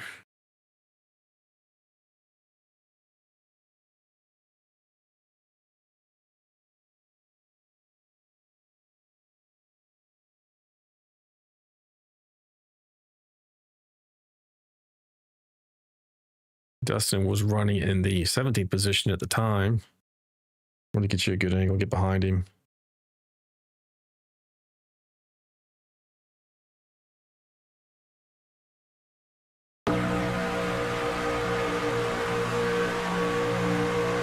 Oh, 22 got into the wall, just bounced right down just as Dustin was deciding to go to that middle line. Yeah, just bad timing. 22 just catches the wall and comes down just enough to clip for Dustin to clip him. Nothing Dustin could do there. 22 hits the wall and comes down just a little bit. Wrong place, wrong time. Yeah, it's unfortunate. Got that Toyota Tundra scraped up pretty good. I don't know that it was a really hard impact, but you know, super speedways, you get those little dings and dents. You're not going to be as fast as you want to be. Certainly to be as competitive and try to win this race. Dustin's still running in the 17th position, but he is down 11 spots from where he started this race. I'm sure he's having a very disappointing evening. I know in our Discord, you asked who's going to win the race earlier, and I know I was browsing it, and I'm pretty sure Mike Adamson said it was going to be him. And right now he looks like what was that guy on Carson? The great, whatever it was that Carson had that. One of his gimmicks where he guessed everything. But anyway, Adamson may have been right. Said he's going to win, and he's out front. He's backing up what he said. So far as calling his shot, and some of the players who've been up front all night are not there now. And Kelly Kill's back in 7th position. McAdams actually made a nice recovery. He started up towards the front at one point. We took a look at him. He was running in the back. And you got good enough in Mayberry to round out your top 10 there. It's going to be great as we go back to green, probably with about, what do you think, Ricky, 8 laps to go? Yeah, something like that. And said how many we got? One attempt at a green white checkered if needed. That's right, just one. Yep. So don't want to have to get to that, because normally when you make it to a green white checkered on a plate track, it's usually, you don't usually make it to the white. No, you don't, unfortunately. And it can either happen to the leaders, create a big issue, or it could happen right behind them and kind of gift them the race. We've seen it, so many different variables happen that way. But yeah, it's going to be an interesting race to the end here. I hope that they're able to race it out clean and give us a hell of a photo finish there at the line. Yeah, give a shout out to Colin Decker in the 8 truck. I know he was involved in the first lap accident when he got spun, and he just finally after all this time got back on the lead lap. and his truck looks like it's clean. So he's 22nd, but you know what? He's not out of the race. No, perseverance. He stayed in this race, which is great because you never know what's going to end up happening. And we're racing for points in this league. I did fail to mention at the beginning, this is not any kind of a reset as we get down. The champion will be crowned based off points, and you never know, Ricky, that 1 point of him getting out here and getting a couple of spots could mean the difference in how he ends up finishing the season. Oh, yeah. Yeah, I mean, it's just like old school NASCAR where every point counts. You don't get the resets, so you've got to make, don't lose any points you don't have to. Yeah, for sure. He's racing out of Milan, New York. I don't know. Is that upstate? I don't know where that's at, Ricky. Do you happen to know? I've never been to New York, so I'm not really sure. Yeah, not sure. I know where Milan, Italy is. Yeah, been there, but it's probably quite a distance from Milan, New York. Yeah, Lori and I have been to Milan, Italy. I just didn't realize that we also had Milan, New York. I have to check that out after the race. Anyway, we're getting back up front here. As we mentioned, Adamson called his shot tonight. See if he's able to have enough friends to push him there to pull this off and in the skill set to make sure he keeps them behind him as they go around that last turn. Because as you know, that's where the money's going to be made, in that last turn. Oh yeah, it's all about that last turn. Hey, Nick Tucker was looking for a team to join in the chat. You think if he wins the race, that'd give him a dealer's choice on what team he's on? Guys going to be wanting. Guys always like winners. Yeah, for sure. If you people pay attention to how you drive, how skillful you are, and if you're able to get up and get that checkered flag, winning solves a lot of problems. And I think Nick Tucker's got an outstanding opportunity here to be able to win this race tonight. He's been fast since we started racing with him, and will not be shocked to see him go up here and win this race. Again, you can't win these races right here alone. Got to have some help.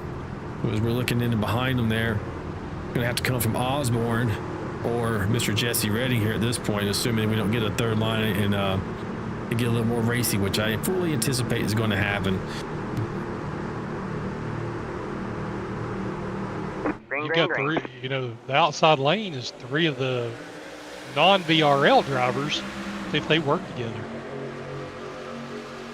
Yep, definitely. Those three on the outside are new to VRL, to the Vanquish Series. Great to see them be able to get up here and mix it up with the folks who came over from the mothership to race in this series. As you mentioned previously, this is a feeder series for Wednesday night, but it's also intended to attract those folks who just really love running the speedway and super speedways.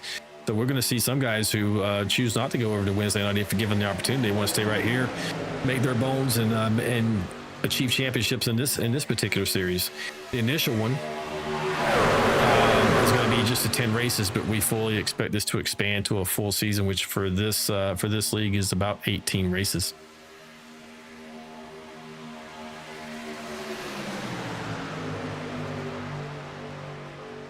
Kelly Kill jumped to the outside there and really pushing Osborne hard. Tucker trying to regroup, fell back a little bit. You got Gallagher pushing, Adamson. Good enough's been in several incidents tonight. He's back up there with a chance. Yeah, you look on the outside here, you see, oh no. Gallagher gonna save it. He does.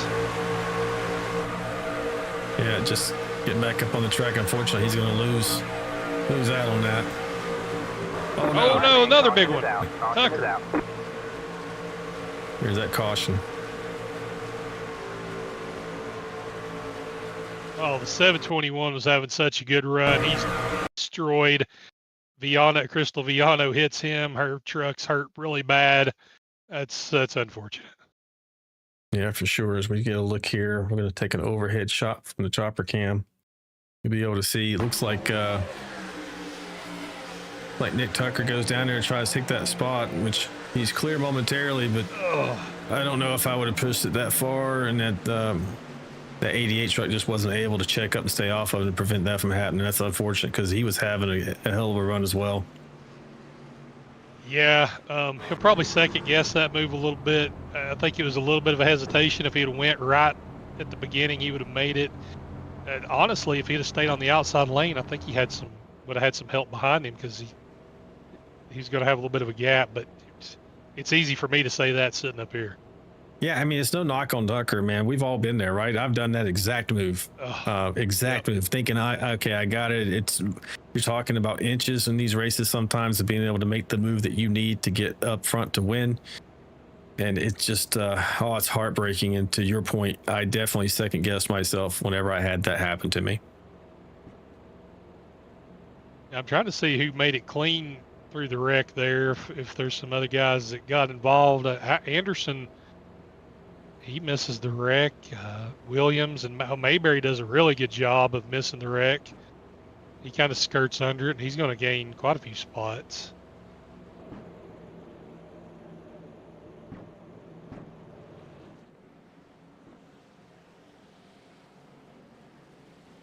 Well, we're going to be coming to 1 to go here, so we're going to go around again. Kelly got back up front, man. He was able to navigate his way from 7th place there. That first run he didn't, but on that last restart, you pointed out he was able to jump to that outside line and make some hay, get up front there along with Jonathan Osborne. So as they currently run, Osborne first, Kelly Kill in second, Mike Adamson third, Craig Goodenough in fourth. And man, Craig has been kind of like in the top 10 all night, but now I think this is maybe the first time we've seen him in the first 4 positions. I don't know, Ricky, have you seen him up here tonight? No, I think he was a lap down early, and he was in the lead pack, but he was a lap down. So I think this is one of the first times he's been up there. He was in that 3-truck pack with his teammates right there when we had the 1 wreck, but I think he was probably about 7th or 8th at the time. Oh, Craig's a hell of a racer, boy. He will not give you an inch. You're going to earn anything you get from him. But he is bad fast everywhere that we go. I'm not shocked to see him. He hung in there and made sure he had an opportunity here at the end of the race to win it. And that's what you got to do. You got to persevere, put your truck in position, try to take care of the truck throughout the race as much as you can. Sometimes it's out of your hands, but Greg's up here in the top 4 with an opportunity to win this race, racing out of Helper, Utah. Yeah, right now is the weird time when you're in a race like this, because there's only a couple laps to go. You've got to do something. But when I don't know about you, but if you're running 10th, 11th, 12th, that's about the worst place I think to be, because you don't know what to do. You don't know if you should try to push, make it 3 wide, or if you should back off and hope there's a wreck, or what. There's no good solution when you're in the hornet's nest with a few laps to go on a restart, anywhere pretty much behind 6th or 7th. Old Dave Mayberry running up there in 7th position, 7th, 8th. With Anthony Williams. Jason Kane's been pretty quiet tonight as well out of Asheboro, North Carolina. Yeah, Asheboro's got a really cool zoo. I know that. They're close to Charlotte, and they've got one of the nicest zoos in America. I think it's massive. Yep, for sure. Well, Chris Klein, I view for Georgia. We just got them from all over. I haven't seen any of our Canadian friends. We don't have anybody in the field tonight from Canada? Apparently not. Well, I know Jack Dixon races some on Fridays, but it's in our Wednesday series. He's racing the real deal up there at his track in Canada tonight. So he's running his modified 4-cylinder car. Old Tom Barish's photo there looks like he might be a Sturgis or definitely some kind of a motorcycle rally. Pretty cool photo like that. Never been to Sturgis. I've rode motorcycles my whole life. I've never been up there for that what I would only assume was one hell of a party. I'm sure it is. I was in Panama City for Bike Week a couple of weeks ago, and it's always interesting down there during Bike Week. But you know what? Those bikers are actually a lot more respectful than some of the families that come in later. Oh yeah, no doubt. It's going to be interesting though. We're down to the nitty gritty. It's going to be fun. You got all these aggressive guys up front that know how to race and push, and going to see what happens.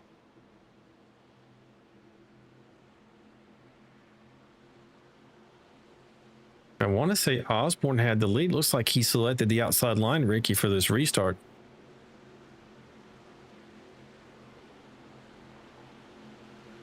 That's a preference thing. He must have wanted good enough pushing him instead of Adams.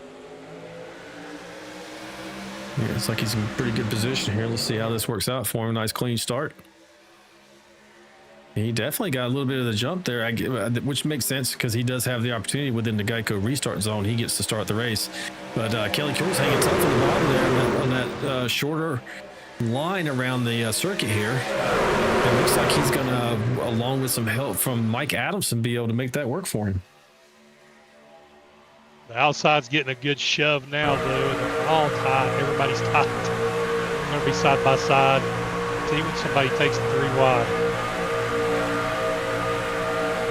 We're coming to 2 to go here. Now, in the Vanquish Series, we do have to wait till you've ran 1 lap to go 3 wide. Is that correct? Yeah, that's right. In the Vanquish. Well, at the super speedway, so we're talking Daytona, Talladega, and we count the New Atlanta as super speedway because of the way that it races. Everywhere else, 2 milers and 1.5 milers, you can go 3 wide to begin with, but only after you cross the start-finish line. Anytime we go green. We're going to make this race official if they're able to get around these next 2 turns and get to the start-finish line. Yep, everybody just wants to get to the start-finish line, and iRacing, if the caution comes out on the last lap, you get to race to the line. Right. That 8 truck had a hell of a run up the middle. Oh, the wrecking behind. All right, man, caution is out. Green, white, checker. Oh. Oh, Kelly and Osborne man, they just wanted to see that white flag. They did not quite get there. Looks like Crystal Milano was involved in that crash. We'll have to go back and take a look and see what occurred. Yeah, I know that feeling from Kelly and Osborne. You just don't want to see that caution come out. Now, the only other question I have, Ricky, and I haven't been counting, does everybody have fuel to make it to the end? I mean, I would think they would from when they pitted last, as long as they didn't, most of the time you're going to take enough for a green, white, checkered. So Crystal's in the 07 right there in the back. Let's see what goes on here. Oh, it starts off. It starts with Dustin Wade. I think the 8 truck may have spooked him because he was coming so fast. He moves up, clips the wall, loses some speed, and then player clips him. Yep. Yep, that's a product of getting slowed up there and going into the turn. Yeah, Dustin, I believe, was trying to give the 8. He saw him coming so fast, make sure he gave him enough room, and he got up into the wall. And player did back off. He rolled out, but he still got a hold of him. And when he came down just ever so slightly, trying to stay off of him, he ends up getting a little tap with 99 there. Man, racing incident when you're dealing with these kind of inches here. So, man, that's unfortunate. Yeah. I know player had already used a fast repair, so I'd say he's pretty well done from after a contact like that. Like we're getting a little chatty here in the in-race chat. Osborne, and I think I saw Kelly talking as well. Are good enough? Okay, yeah, they're probably trying to work out. Maybe they're talking about fuel. I don't know. You're able to listen in, Ricky, since I can't punch it up here. What are they talking about? Can you tell? I actually have not heard them talk. That's worth a shot. Didn't know if you had that readily available. Yeah, I had turned it off on my end, so I'm not hearing the conversation. I also see that they're chatting, but I'm not hearing what they're saying. Yeah, for sure. Now, folks, we're only a few laps away from the end of this race. Don't forget, we're going to take a couple of minutes break so we can get set up for podium finisher interviews. We ask that you try to stay around for that to see what these drivers who end up coming out on top have to say about how they ran this evening. Hopefully, one of your favorite drivers makes it into that interview process. And actually, Ricky, I had meant to interview some folks tonight, and actually, we'll do that right now. We got another whole lap to go. Let's see if we can pull up the race leader right now, Kelly Kuhl, and see what he's thinking. Hey, Kelly Kuhl, it's Alan and Ricky in the booth. You got me? Hey, what's up, guys? Hey, how you feeling right there, man? I know you didn't want to see that yellow flag come out. You were racing to get to the white. What are you thinking? Oh my God! When Jonathan took the outside, I was like, why would he do that? He just gave me the race, and then that caution. I didn't want that caution to come out because Mike was doing good pushing me, but then I was able to get the lead here and stay here. So I'm happy to be on the inside here. So hopefully Mike just stays with me and we go get this checkered flag. Well, I'll tell you what, buddy, you've been impressive all night. Ricky and I have been talking about the one time I think you had a little bit of a problem on your pit stop, dropped back to about 6th or 7th. Yeah, I slid through the box. Yeah, we noted that, but we were wondering, hey, is he going to be able to get back up there? We had no doubt you'd have an opportunity. Great job, man. Keep it up. Best of luck to you. We'll see how this works out. All right, thanks, guys. Yeah, man, take care. Yep, see ya. All right, that's your current leader, Kelly Kuehl, in the 01 Bad Fast Budweiser truck there. He's one of those kind of like Albert Anderson, one of our super speedway specialists. Always fast, always up front and in contention to win these races, Ricky. Yeah, and I mean, since I've known Kelly, I've called him the Iceman just because of how he races on these tracks. He don't get shook, and that's one of the things on a road or on a play track. You don't want to get nervous and make stupid mistakes. Kelly is one of the best at just knowing exactly where to put that truck or car on a super speedway. So we'll see how it goes. Yeah, for sure.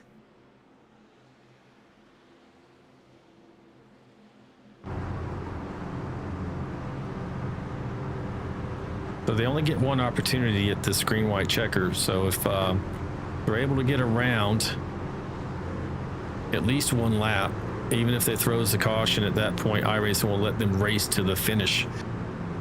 But if their caution comes out before they complete that lap, then the field is frozen. So it's going to be crucial between the 01 and the 81 here, Ricky, who's going to be out front. You don't want to kind of lay back and think you're going to get them in turn 4 coming to the finish, because you might not have that opportunity. No, and that's why they push so hard as soon as the green comes out, because a wreck behind you, it's over. So you're pushing as hard as you can as soon as the green flag comes out. Yeah. Now we're talking like it's a foregone conclusion that Kelly and Jonathan, the 01 and 81, are going to win this race. And that might be the case. The 88 and the 89 might turn out to be the kingmakers. But would not be shocked to see one of these guys bolt out to the outside or that middle line if they're given a window of opportunity and win this race. Kelly got a really good start, but that might have been detrimental because Osborne was closer to Craig, who was able to push him, maybe clear. No, did clear. We got Tommy Welch here, third line. This bottom is organized a little bit better at the moment than the top line. We'll see how it fares down this backstretch, though. That 8 truck's going 3 wide again. He is making some moves. Oh, they're wrecking behind. That might be the race right there. Looks like we're staying green. We'll see what happens with Adamson. Oh, 2 wrecks up front. That'll be a caution. It is. Kelly Kuehl should be your winner, folks. They're going to have to go around one more time and finish the race. But it looks like Kelly is going to bring it home tonight, and we had picked him to be one of the favorites. So great job by him. Now I don't look stupid when I said I'll take Kelly and Albert. You can have the field. No, buddy, you had it right for sure.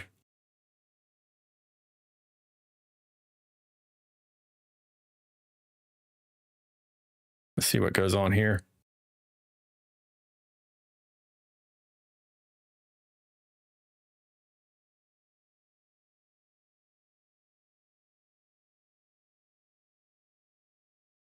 Oh, it's like the 4 scraping the wall a little bit. Don't know.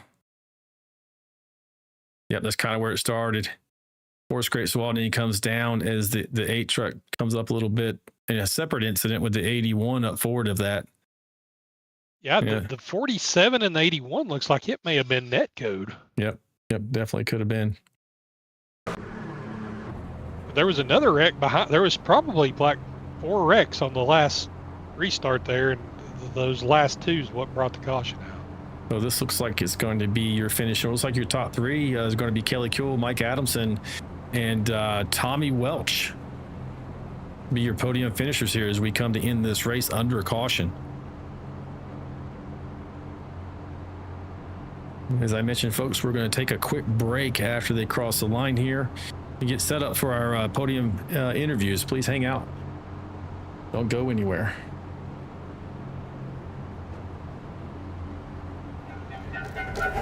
This is VRN, your trusted leader in e-motorsports. In a world filled with adversaries, one man wades through the pack to claim glory. Albert Anderson, America's driver and Season 7's winningest competitor. I got full to the route to get to America.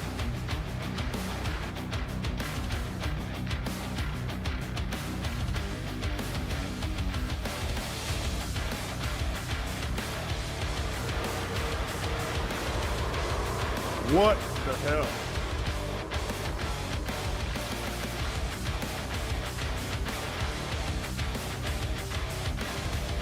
Good win, Albert. Good win.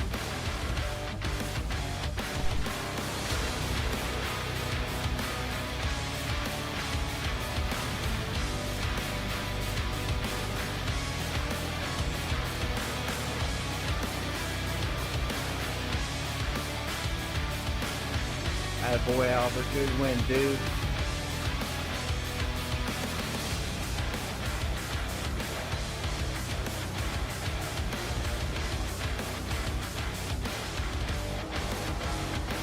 Hell yeah, that was sweet, dude.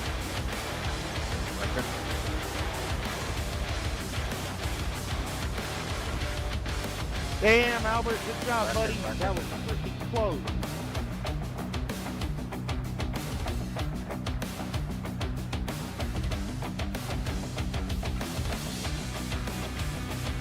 Good job, Albert.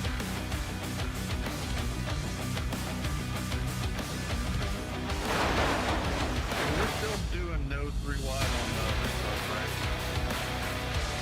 That's right, no 3 laps for the first lap.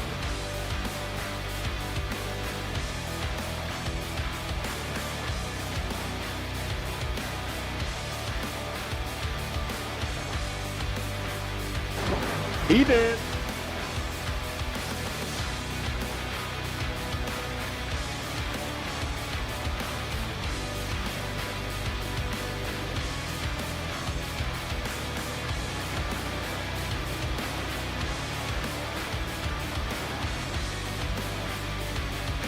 That was going to be a hell of a drag race coming off before. Good job, Albert. Good win again. You bringing home another trophy, baby? Yep, clear off another spot. I got you, boo.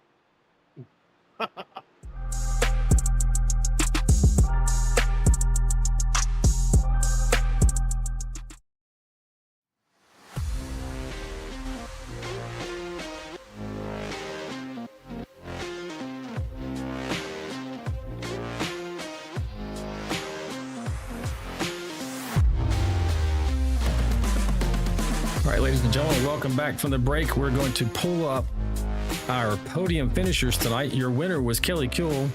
Mike Adamson coming home second, with Thomas Welch coming home third. I just had race admin inform me that he goes by Thomas instead of Tommy. So we'll make sure we get that corrected in the booth here. So, all right, Ricky, I'm gonna go ahead and pull up Thomas and see how we think he fared tonight. Actually, I need to get onto his vehicle there. Hey, Thomas, it's Alan and Ricky in the booth. You got us, buddy? I do. How you guys doing tonight? Hey, we're doing great. Hey, man, welcome to the league, buddy. And just got a couple of questions for you. How was the challenge tonight? How did you make it work for you to come out in the podium finish? Yeah, it was definitely a challenge. I would say right place, right time in a lot of instances. Just dodging those wrecks right in front of me, and especially near the end there. I mean, there were a couple right in front of me that you just got to hope and pray that you get through it, right? Yeah, that's for sure. And then with that last one, oh, go ahead. Yeah, now was there a key moment like towards the end there where you feel like that sealed the deal for you to be able to come home third? Yeah, I would say so. I got up. We had a caution with probably like 10 to go, right? 11 or 12 to go, something. And I got up to fifth during that, and I just got right in line behind Mike and Kelly there, and just I knew that they were working together, so it was going to be dumb of me to try to make a move on them because it was just going to go nowhere. So I said to myself, just pack in right behind him and let's go. And that wreck on, what was it, probably like 5 to go, where someone just spun on the backstretch.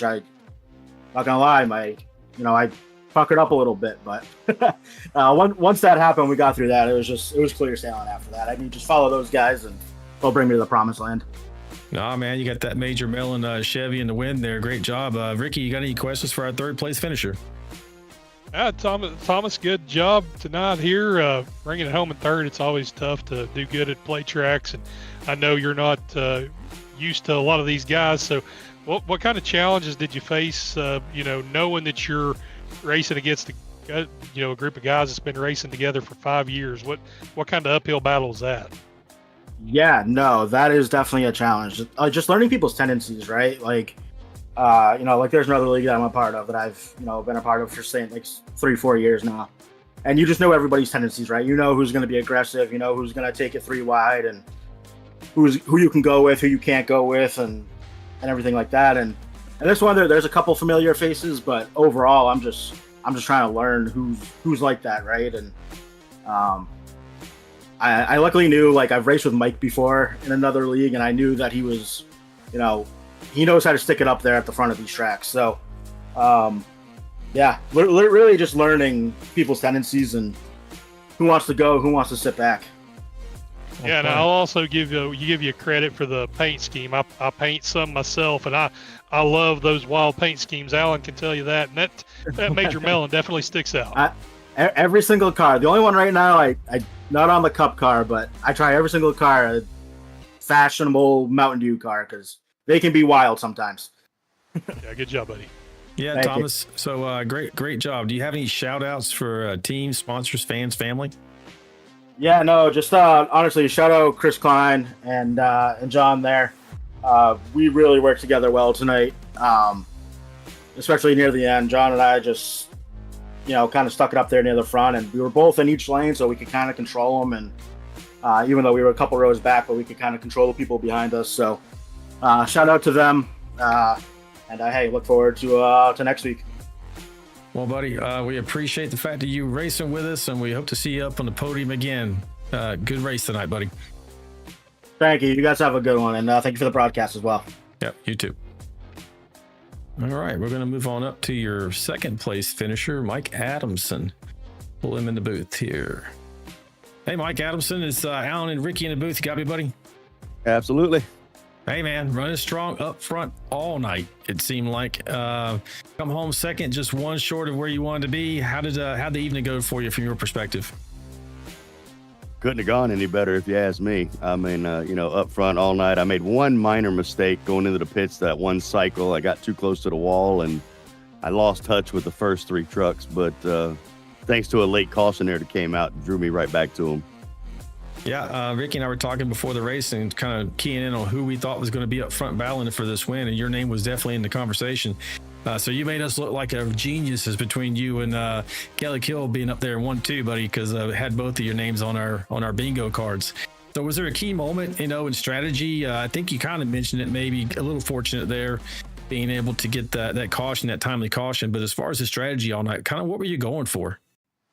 Just try to stay up near the front at all costs. I talked to Albert before the race, and normally my strategy is run to the back and hide, but I told him, I said, tonight I am not running to the back. I'm going to stay up front and fight, and I'm going to put myself in the mix. Yeah, buddy. Hey, Rick, you got anything for our second place finisher?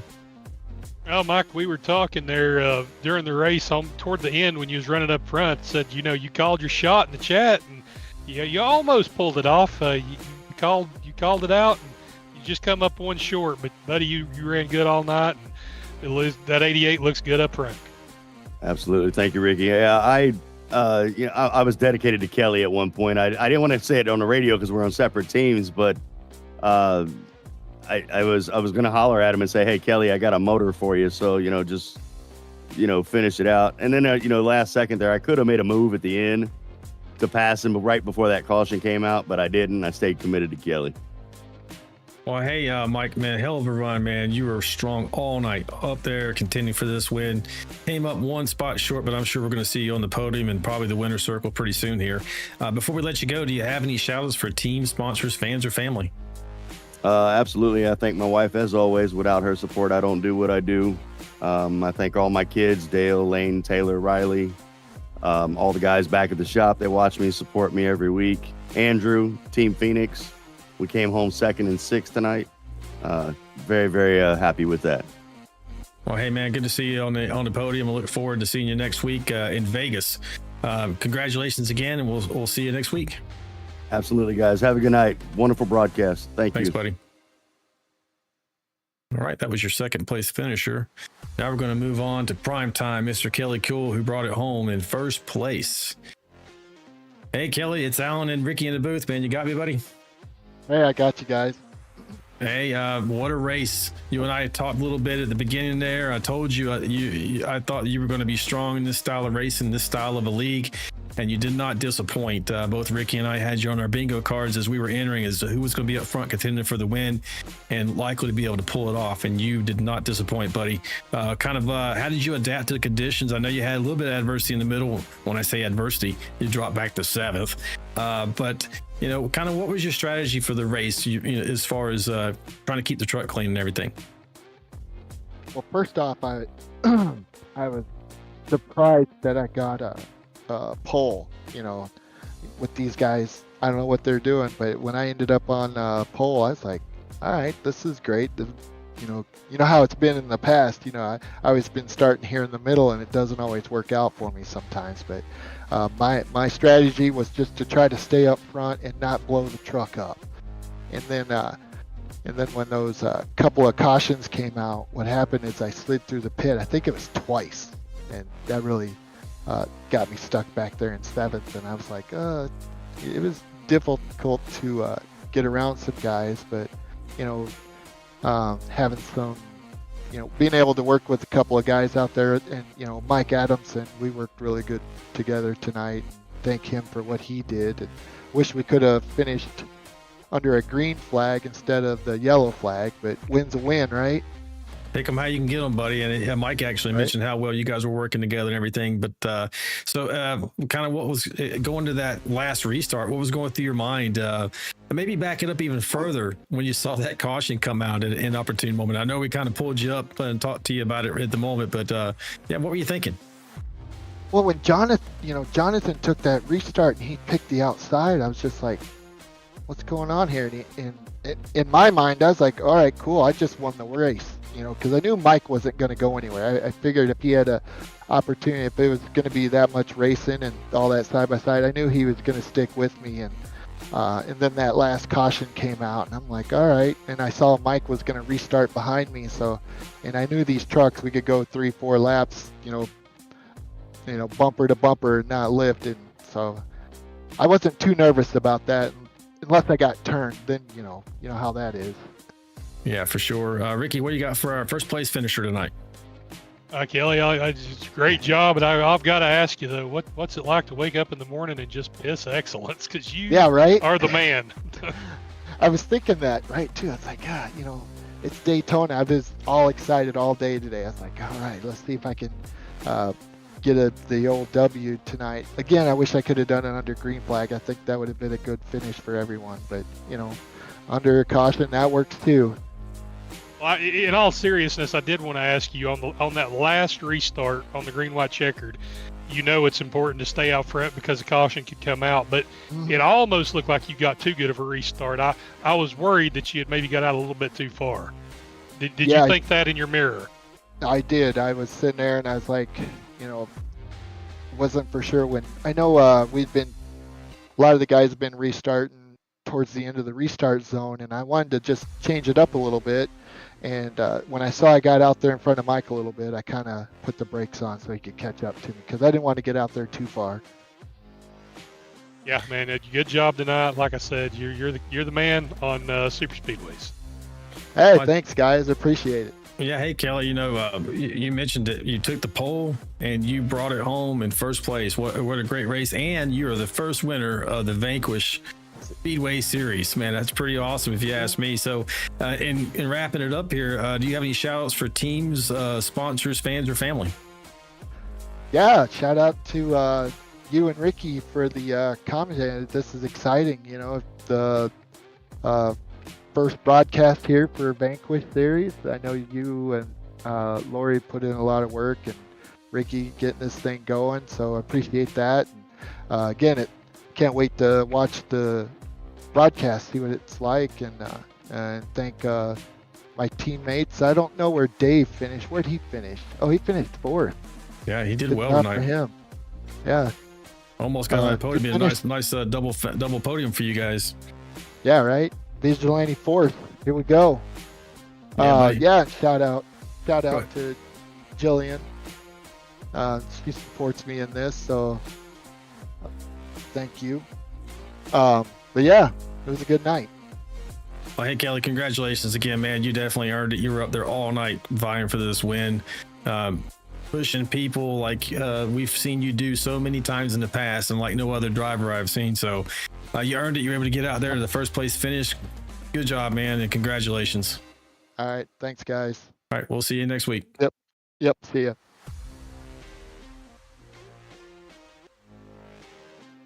Well, Ricky, that was our first broadcast, almost under our belt, buddy. What'd you think? It was a great race. Good job to Kelly. It was a weird race where you had those couple early incidents that spread the field out so much and made it almost like a early 80s plate race. And then we had the caution and everybody got bunched up. But, you know, I hear people sometimes say, well, you're only a plate racer and you're not, you know, that's all you can do. And I don't like that because plate racing is its own animal, but you have to be really good at what you do to win no matter what. And Kelly is very good, and it's good to see him win. Good to see Mike run up front. I mean, these guys know what they're doing, and they put on a really good show for our first race. All right, man. Well, I appreciate you. This has been a ball doing this with you, and I'm looking forward to doing it as we go down the line. I also want to give a shout out to my lovely wife, Lori. Everything she does for this league and she does for these drivers and admin in the races as well, allowing me to first go out and be a driver, but now to try and go down this avenue of broadcasting, which is a whole nother animal. But I'm enjoying it so far. So as we bid you farewell tonight, race fans, this wraps it up for the first edition of the Vigilante Racing Network. Remember, racing fast and living free is the American way. Good night, VRL.